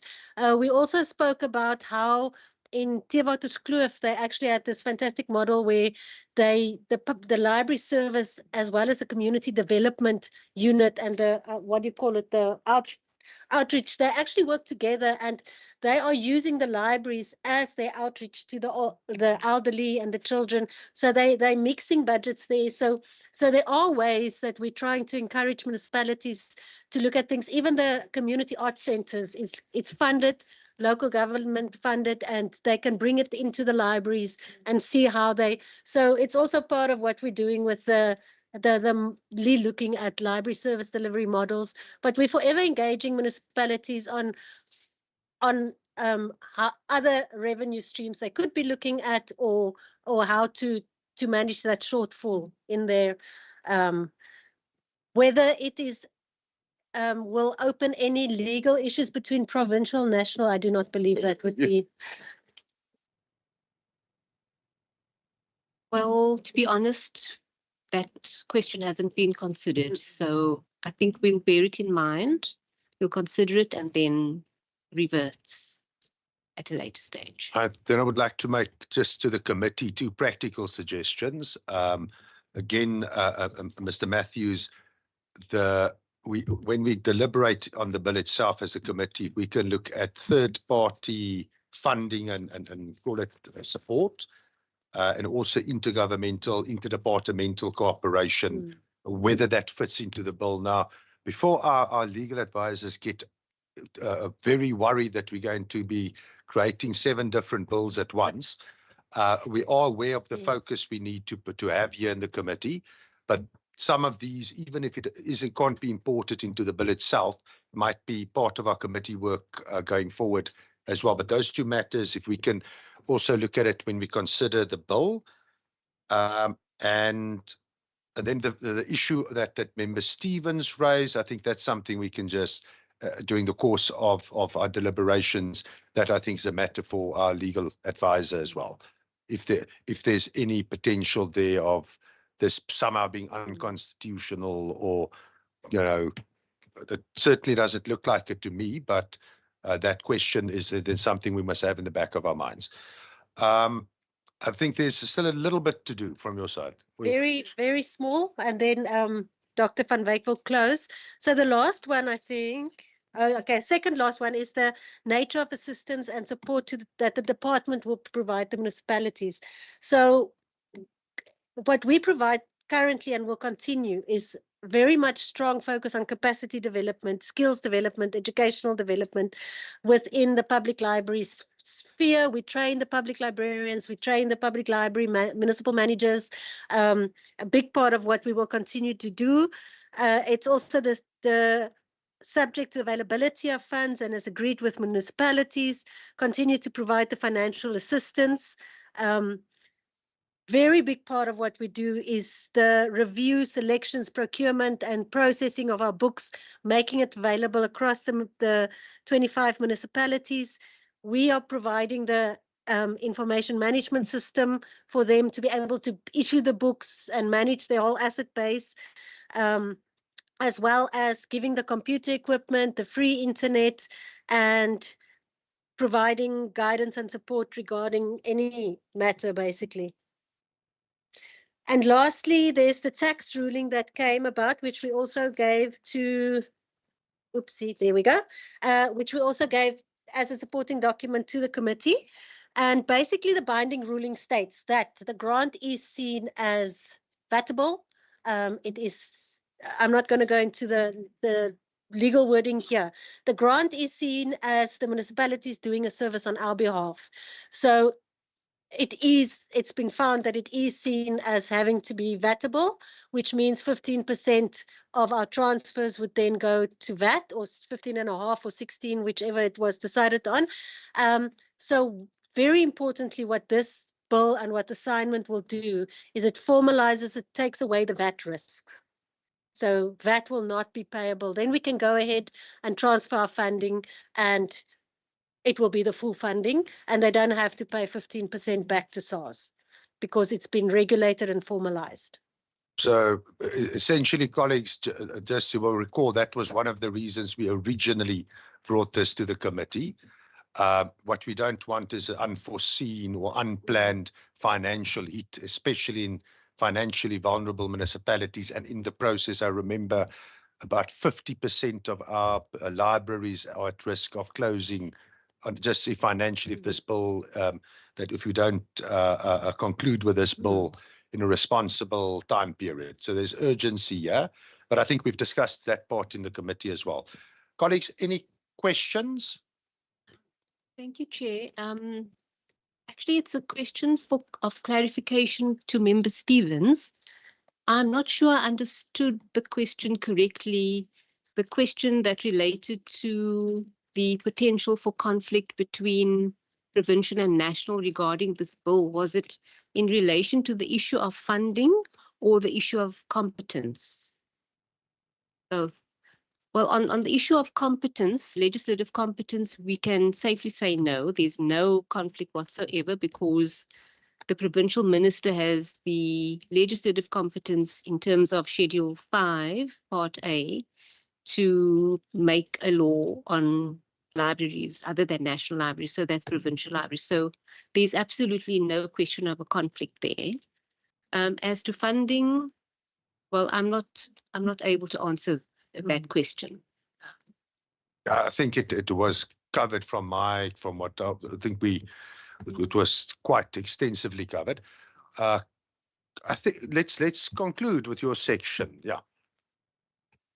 Thank you, Chair. Thank you, members. So basically, as we've said, that the current working arrangements between the province and municipalities in terms of the status quo will not change, but the urgency is just in terms of what the Chair have just mentioned to us. In regard to conclusion, also wanted to inform the committee that we are looking as the Western Cape Public Library Service, looking at how we're going to emerge with a new library service model. We know that public libraries have changed. It's not only about the traditional sense of issuing books and it stays there, but it's about how does libraries become community hubs that will facilitate cultural awareness, as well as access to local and community information. So you'd note that in some of our libraries, if not most, they basically gives access to primary and general health information, as well as educational opportunities. They also support citizen functions such as registration of SASSA at the libraries, as well as the registration of learners for school and e-governance services. So in doing that, we're looking at a new service library model that can look at how do we collaborate with community arts centers. You'd note that there are 52 community arts centers that are currently in the province. We also have museums in the province, and we want to create what we call ALMAL hubs. ALMAL stands for everyone. It stands for arts, language, museums, archives, and library hubs. So in instances where a library or a resource is not available, how would a museum step in and assist with a library provision or with museum provision. We are looking at the piloting of the Worcester Library for the Blind and the Worcester Museum in the near future and see how this model would pan out. We've also started working with this library week. This week, we had the A in the A of Almal, the archives and the A&L, the archives and the libraries coming together where the archives provided information about the town and the library week. And so we're looking at that type of model, but making libraries become alive, having some of your members that are experienced being library walking books to talk to young people about life experiences as well as your experience, whether it's finances and all of that, to incorporate them into the library, but as well talking to private sector. Because if you look at the community libraries, it's situated within a community. Around a library is normally your shops and all of that. How do they support or bring back or give back to the community? Who supports them? So that is the long-term thinking that the department is thinking of. We are busy currently finalizing our new library service delivery model, which obviously throughout the next financial year, you would hear as a committee more about that. So in addition to the public library bill that has the urgency, we are also looking at expanding and changing our library service development model. And that concludes our presentation. Thank you, Chair, and thank you, members. Colleagues, any last questions of clarity? Matters we need to take note of.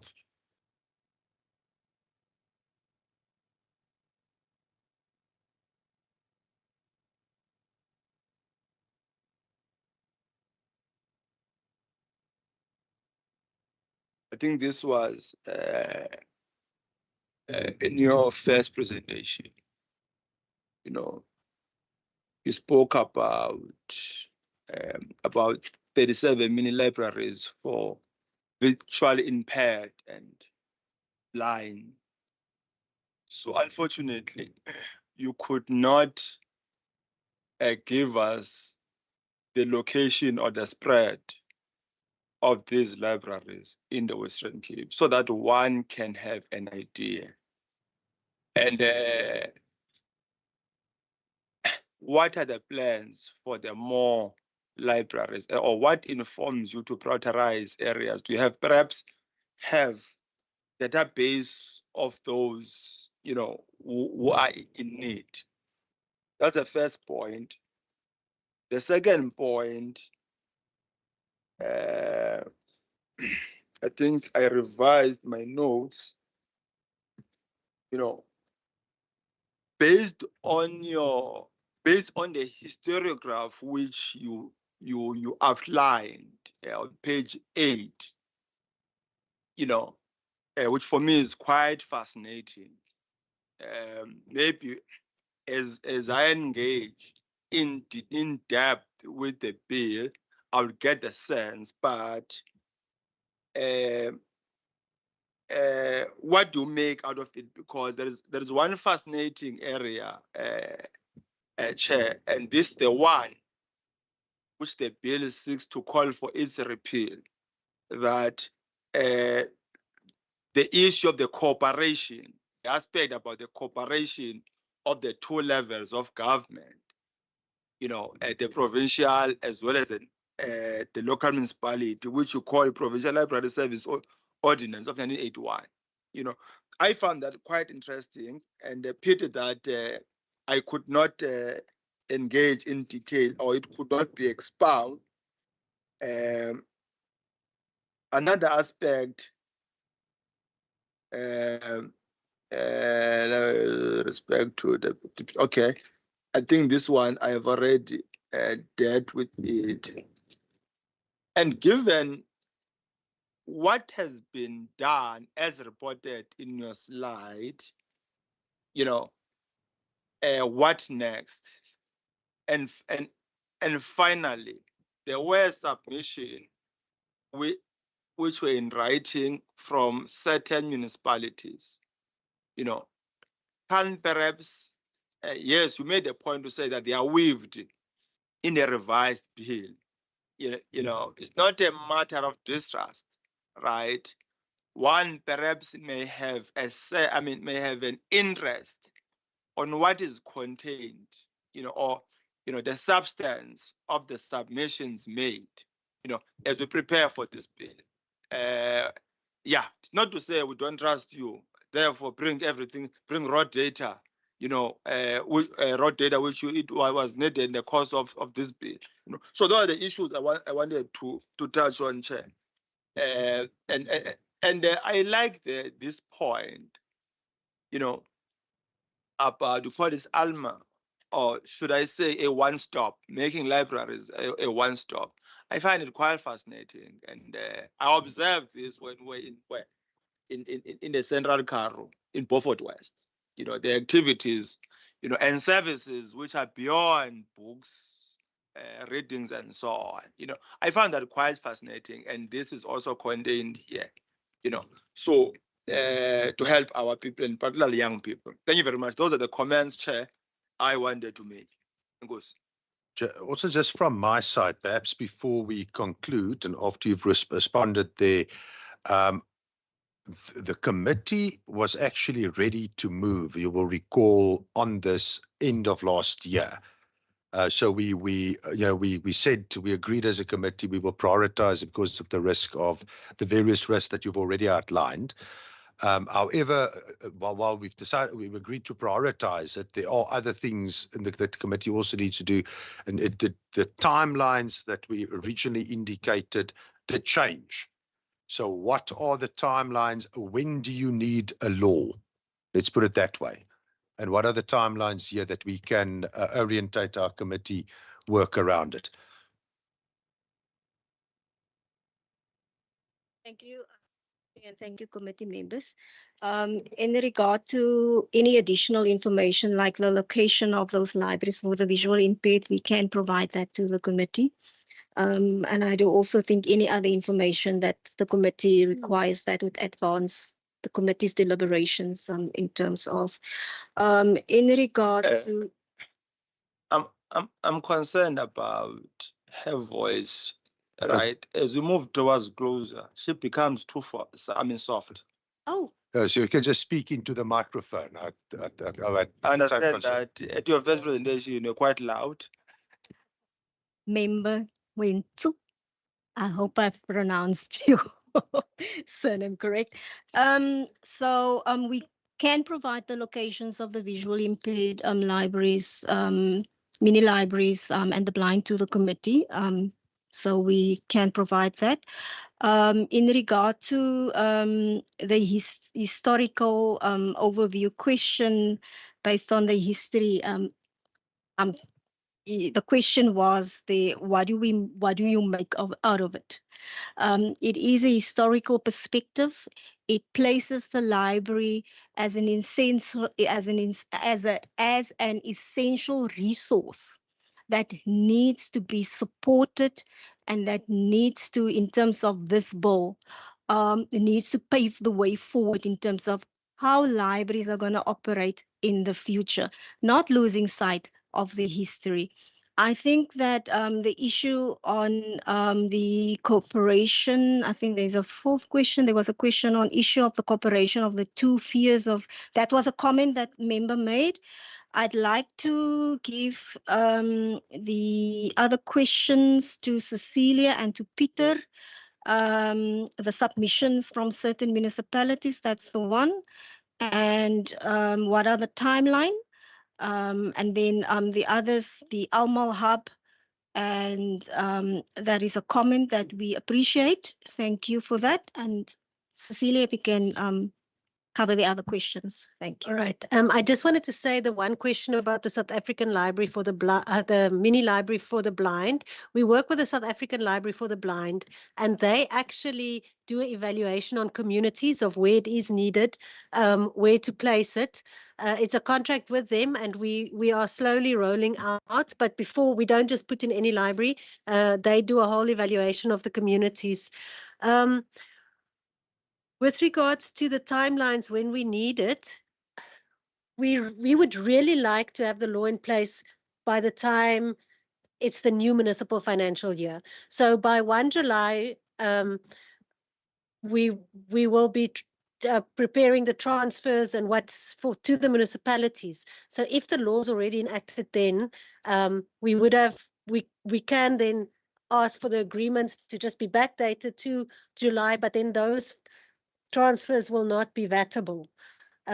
So for us, it's quite a big need to get the bill out before the next municipal financial year. The submissions of the municipalities, procedurally, I'm sure we can share the document. I mean, we've got a matrix document about how we addressed every single comment, and then we have the letters. I mean, I'm sure we can share it. I don't know if there's anything that stops it being shared. Yeah, the matrix of comments, it can be shared. Subject to me taking other advice on that, but I'm sure it will be fine. Yeah. What I suggest is, Member Gwensu's request there, we turn it into formal committee request. It's as simple as that. So we put it as part of the minutes there that we formally requesting the information. It sounds to me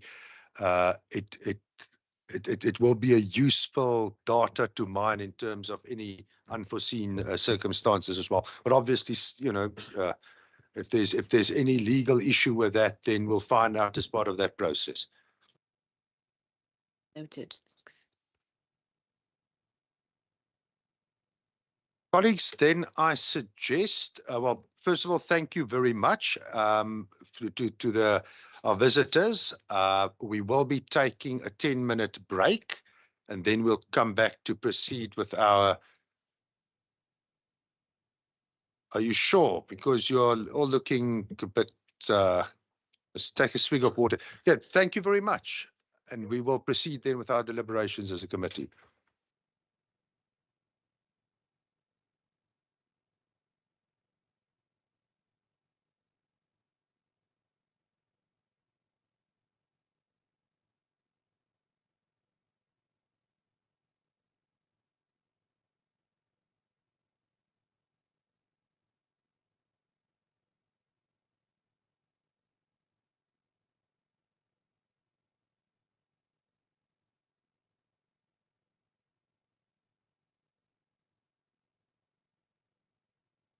The people who participated in this hearing, please help yourself to any coffee and you know, refreshments outside. We don't want wastage.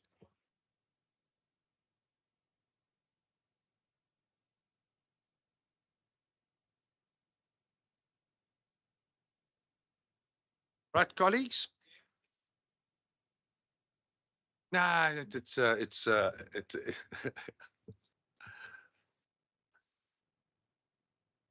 yeah, I think he didn't hear the bit that we're actually proceeding.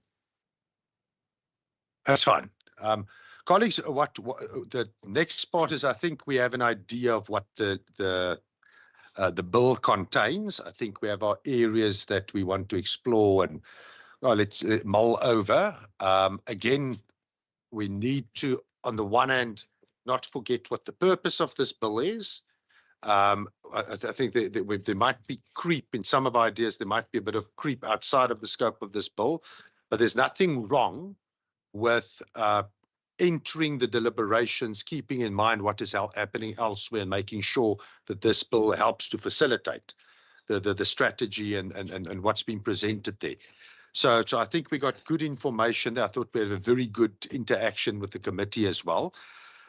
So a lot we need to mull over, but most importantly now we need to make sure that this bill, the next step here is we need to determine what the public participation around this is. My biggest concern is that we must make absolutely sure that it's legally compliant.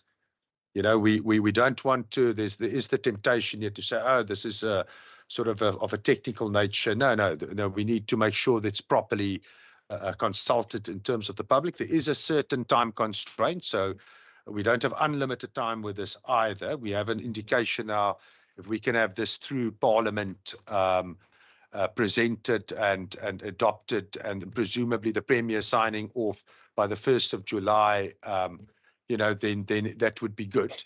So we did say we will prioritize it. There's a time constraint. There's a need for public participation. We need to be legally compliant. So I'm going to, just to get the discussion going, I'm going to make a proposal. I suggest we have 3 public hearings. 3. Right, we can debate it just now. I'm making a proposal so that the committee can work with it and chip and change on it. I would suggest 1 out in the West Coast, that part of the country, 1 out in the Southern Cape, that part of rather the province, and then 1 in the metro region. I would also suggest, from what I understand, there's 3 official languages that's used in communication in the Western Cape that we need to advertise and request public input in the publications that have who come the closest to resembling a provincial reach. Right, so we want that to reach as many people in all 3 of our languages in the Western Cape, that it reaches people. I think there's some practice there in terms of which publications there are. I see here there's a note, Weekend Argus, Weekend Burger, and Vukani City Vision. That's been proposed, and of course, in all 3 the languages. I would also suggest the social media advertisement that is used by the provincial government, that is part of it. We have a tool there that we can use.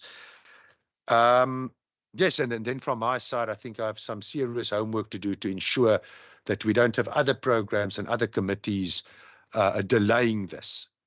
Colleagues, so I'm going to be quite stubborn about that part. And I would like also the members here that are also other committee chairs, let's please support one another here, that we have the space for those public participation that needs to take place. And we want to, as a committee, colleagues, I really think, all jokes aside, this is something all the parties share. I'm not just saying that for some kind of kumbaya moment. This is something we all feel strongly about. I can see it, I can sense it. So let's do some good here and get a good bill going. Though that's my proposal. Over to the committee to panel beat. Member Gwensu? No, Chair, before I make a substantive engagement with your proposal, perhaps I thought that you were going to table the rationale behind the 3, public hearings. The rationale is simply to get the discussion going. So it's call it a base departure point that I think covers the province. I'm not married to it, so it's over to the committee. Can I come through that? Member? Okay. No, thank you very much, Chair. In fact, in principle, I think we agree about the agents. But at the same time, we should also agree about the significance of deepening democracy, right? And use public hearings as a basis, to understand the state of affairs across. For instance, here then is not my counter proposal, actually, an addition. And actually, I want to say, let's consider more. Here's my argument. Let me start with the Southern Cape. That in the Southern Cape, we do 2. 1 in George and the other in we call it Licklicker Oudtshoorn. That's 1. Then then you come to the metro. For me, where I stand, I have no problem with saying 1 in the metro, given the fact that the metro is not as vast as the rural parts of the province. You go to the West Coast. In the West Coast, you do 2 areas, 1 in Saldanha and Swartland. In Swartland, you consider the Piketberg, the border of Swartland, when you move towards Cederberg. Yes, Bergrivier, yes, right. You go to Boland. In Boland, you cover 2 areas, right? This side of the tunnel and the other side of the tunnel. You know, this side of the tunnel, the other side of the tunnel. And you go to the Central Car. Then, given the state of Central Car, you members may also advise. But in terms of what is this overbag, right? Hermanus for me is key. But I'm not married, but either Hermanus or and Caledon. I'm not sure about the Grabo though, but also you do too. So here's the point that an attempt must be made to spread them. Yes, I know there will be an element of fatigue, given the timelines. But what is it that we can do to deepen democracy and ensure maximum participation of our people? Because for me, we'll even learn about the state of our people and their interest thereof in particular sectors of our departments. Thank you very much. Just to I try to take notes here. So your proposal is 2 in the Southern Cape, 1 in the Metro, 1 in the Central Karoo. You use the tunnel division. The other one is 1 then in the Boland. One is in the Boland and 1 is in the Central Karoo. 1 on the other side.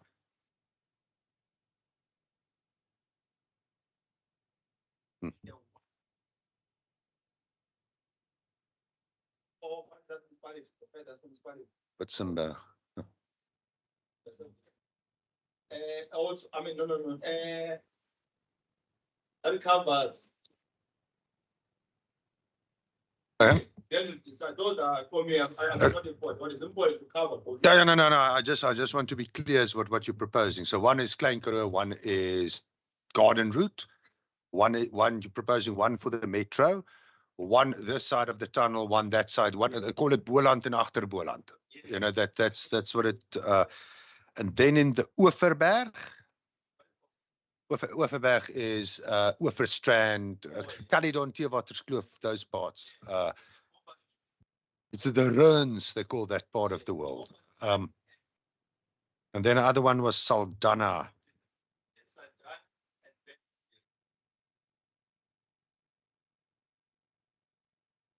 Okay. Right, I saw a hand over here, Member van Minnen. Thanks. My concerns are practical.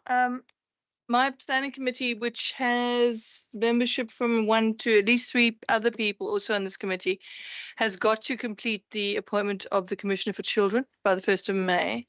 We also have the issue with the budget and the processing of the budget. So we are going to be extremely busy and very pressured. Already, I pretty much said to my committee that the issue with recess means we'll probably be doing interviews. We have 61 applicants. We need to do a short list. We need to then interview the short list. I do not see how, in terms of our timelines, we're going to have time to do 7 or 8 public consultations. May I propose that we do some public participation live? I particularly like the idea of 3, but then possibly look at doing a hybrid so we can also do online participations. That would also allow us to fit more in terms of our timelines. Thanks. Okay, so I think yes, I think there's also what I also, the procedural officer just reminded me, although it was to some extent covered in the presentation, I think it was also covered by the information that we're requesting. But there's also, we can do it anyway, also send a letter to the municipality. I'm happy to do it as the chair, asking them whether they have any inputs as the municipality. So, but that's an addition. Colleagues, can I suggest the following? I think at what we want, there's 2 things, and I don't think we disagree on the 2 objectives. The question is whether the 2 objectives simultaneously can coexist. On the one hand, we want to deepen participation. Colleagues, also let me just make it clear, public participation isn't us as committee members, and I'm not suggesting anyone is suggesting it's not committee members debating with one another and the public observing how we debate with one another. It's actually their time. It's the community's time to talk to us. It's actually, that's why they call them hearings. We must hear, right? We might not like always what we hear, but we must hear. So I think, so I'm going to be quite strict on that during the hearings, because I think it saves us both time, and it also assists us with, well, hearing from the public. But what I suggest is, can I suggest we approach it like this? The baseline is 3 meetings. The maximum, I would suggest, is what, remember, because I like the geographic breakdown. And then I would suggest that that is the subject of what we can fit into the program. So let's say, for example, we can fit in, let's say we know we can fit in a meeting to the Southern Cape. We can possibly, as we go to the Southern Cape, see whether there's time to fit in 2 different hearings. We drive over the mountain or not. Either there's going to be time or there's not going to be time, but I think we should pursue it. But we have a minimum and a maximum that we have there. When it comes to the West Coast side of things, it's the Saldanha Bergrivier, the same principle. If you're going to be driving towards Saldanha, it's not too far out to also go to Bergrivier. So we should try to do that. If there's a problem, we know we can fall back on one, but we try to fit in 2. The metro so there doesn't seem to be any controversy there. I also don't see, if there's time in the program, see no difficulty with us perhaps starting, and again, it's going to be, we need to look at time and what's practical and not. But if, let's say, we start out in the Breede River Valley on the other side of the tunnel, let's say Woesto, for example, we get onto the N1, we go through the tunnel, I debate philosophy and communism and liberalism with member Gwentso on the bus. We stop at, say, the Paarl. We have a public hearing there, and then we end up in the metro. There is in terms of the logic, I don't think the 2 proposals that are made are incompatible. So let's treat it as a minimum and a maximum. And then I think we try to get to the maximum, but if there's time constraints or it's not practical, we know that we at least have those 3. And I think that would be a good way to manage it. Before we debate it, can I just get from the procedural officer there your inputs as well, before we get over ambitious? Member Daza. Mr. Daza, it's really elected you. the issue of how many public hearings is a political decision that must be taken by the committee. From our side, we would normally recommend 6 for a bill that is controversial, that has attracted a lot of public input, that we anticipate might attract public input. So I am not hearing members saying, let's have 8 because this affects so many people. I think the decision on how many hearings you have is based on what you've heard from the department. So I don't know if 8 would not be too much, but it's a political decision. Members, it's up to the committee how many hearings. It's not really for us, but we would normally say, if the bill is controversial, at least the minimum must be 6. It means you're reaching all districts of the Western Cape. No, but if it's not controversial or technical, then you take it lower. Then it's up to the committee. Can be 1, 2, can be 3. So, but we are not opposed to 3. But even 8, we are not. I just wanted to have a sense of the practicalities. Yes. Member Kaiser Philander. As a committee, that no one disregards the voice of the people. We are in agreement that community participation is of the utmost importance. I think we do agree on that. But we have to be realistic in the sense of the program itself. And I think Member van Minnen has stated that very acutely as to what the commitments of many of us on that various committees will be. I want to suggest, Chairperson, that yourself and the procedural officer do scrutinize the parliamentary program and then come back to us as the committee for final sign-off, if I can call it like that. and for us then to decide what is practically possible, because we can now say 6 or 8, and then the program doesn't permit it. I believe there's also other measures of gaining the community input. If the procedural officer, I'm sure, can confirm in terms of WhatsApp, we are also acutely aware that some of the areas will not have access to internet services, for example, to be able to contribute. But then your focus will be to physically visit those areas. But whilst in other areas, for example, which is more advanced, one can rely on such submissions based on the legislation proposed. So, Chairperson, that is just my suggestion. I don't think we're going to reach conclusion in terms of exactly where it is that we want to go, but I think the parliamentary program definitely will guide us in that regard. Thank you, Chair.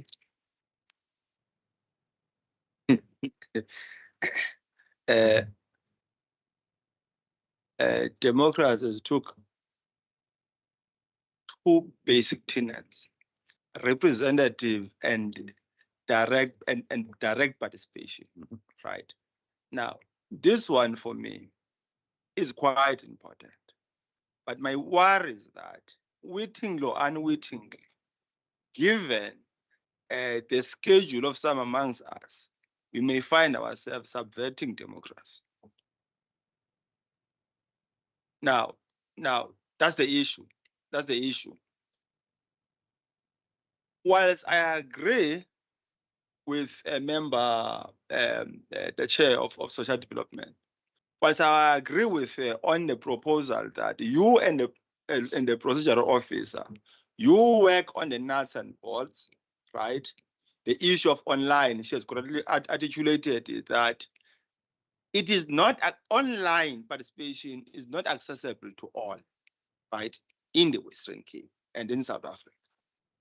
But equally, regardless of whether the high-profile subject or low-profile subject, what you call the controversial or what have you, right?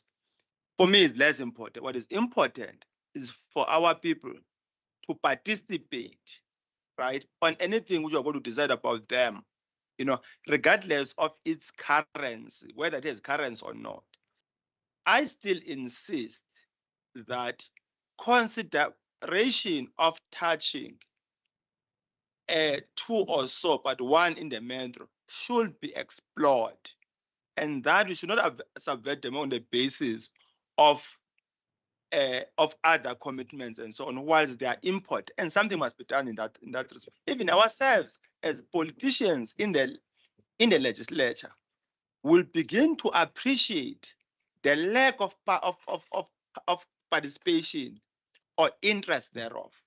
You know, so that's my issue. But where I come from, based on my experience, public participation has been made a ticking of a checklist box, you know, instance of attending to its essence. That's my worry.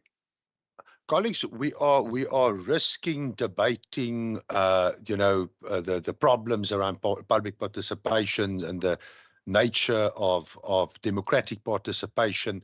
It's and look, and I think the key thing is what we are agreed on is member Gwensuk, if I. That's not public participation. That's a secret meeting you're having during Monday. So what I suggest is, look, we actually have agreement in terms of a process. My proposal is minimum 3, maximum according to what you proposed. We look at the program, we look at the hybrid model, we come back to the committee, and with a final proposal, what I suggest is, even if we have to call a very quick virtual meeting just to finalize it, I'll be happy with it. So maximum, it's the maximum, call it the Rolls-Royce model, is the 8 meetings that you propose, which I don't think anyone is in principle against that. I think it's the practicalities around it. The minimum is 3. Again, that I don't think anyone is against it, but we would love to get maximum inputs, and then the hybrid model to also explore it. The publications, we already covered the publications. Seems like we're in agreement in terms of the major publications in the 3 languages. And I would, I don't think we need to debate it now, but one of the things we can consider in a hybrid model, whether it's feasible, so please don't see this as a proposal, but it's a thought, and we can maybe bring it in that report back to the committee. It might be an idea to look at a hybrid model making use of the libraries and their interconnectivity. You know, I'm a bit hesitant to make a formal proposal there, because I must first speak to the IT people. But we might actually do something very different with public participation, which covers the connectivity issue, covers the reach issue. Either way, I don't. What we want is a good bill, and we want to serve our people. And I'll come back to the committee. Is that a sensible proposal for all of you? No. I agree. My request, just review the minimum. Just review the minimum, Chair. I'm fine with the maximum, right? Just review the minimum a bit. A minimum of 3 for me won't serve the interest of deepening democracy as per the basic principle of adopted. Just revise that one. Thanks. You know, you're haggling like a capitalist now.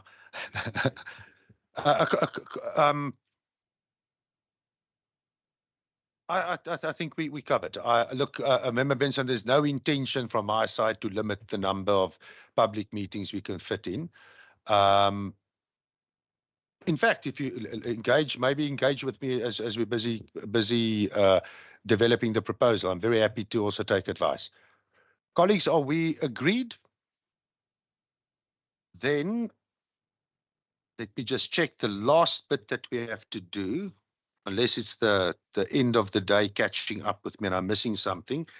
It's the minutes that we need to do. Let me get my bearings here. So if I can ask our procedural officer, the 4th of February, I am assuming that you've all read it.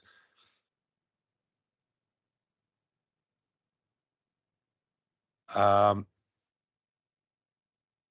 I ask for a proposer? Member van Minnen? Can I ask for a seconder? No, she was first. No, she's just better looking. Okay, colleagues, it's adopted. Next set of the 19th. Because I insulted Member Boyson, you have the first bite at the cherry here. A seconder? Member van Minnen? Okay, it's adopted. Hang on.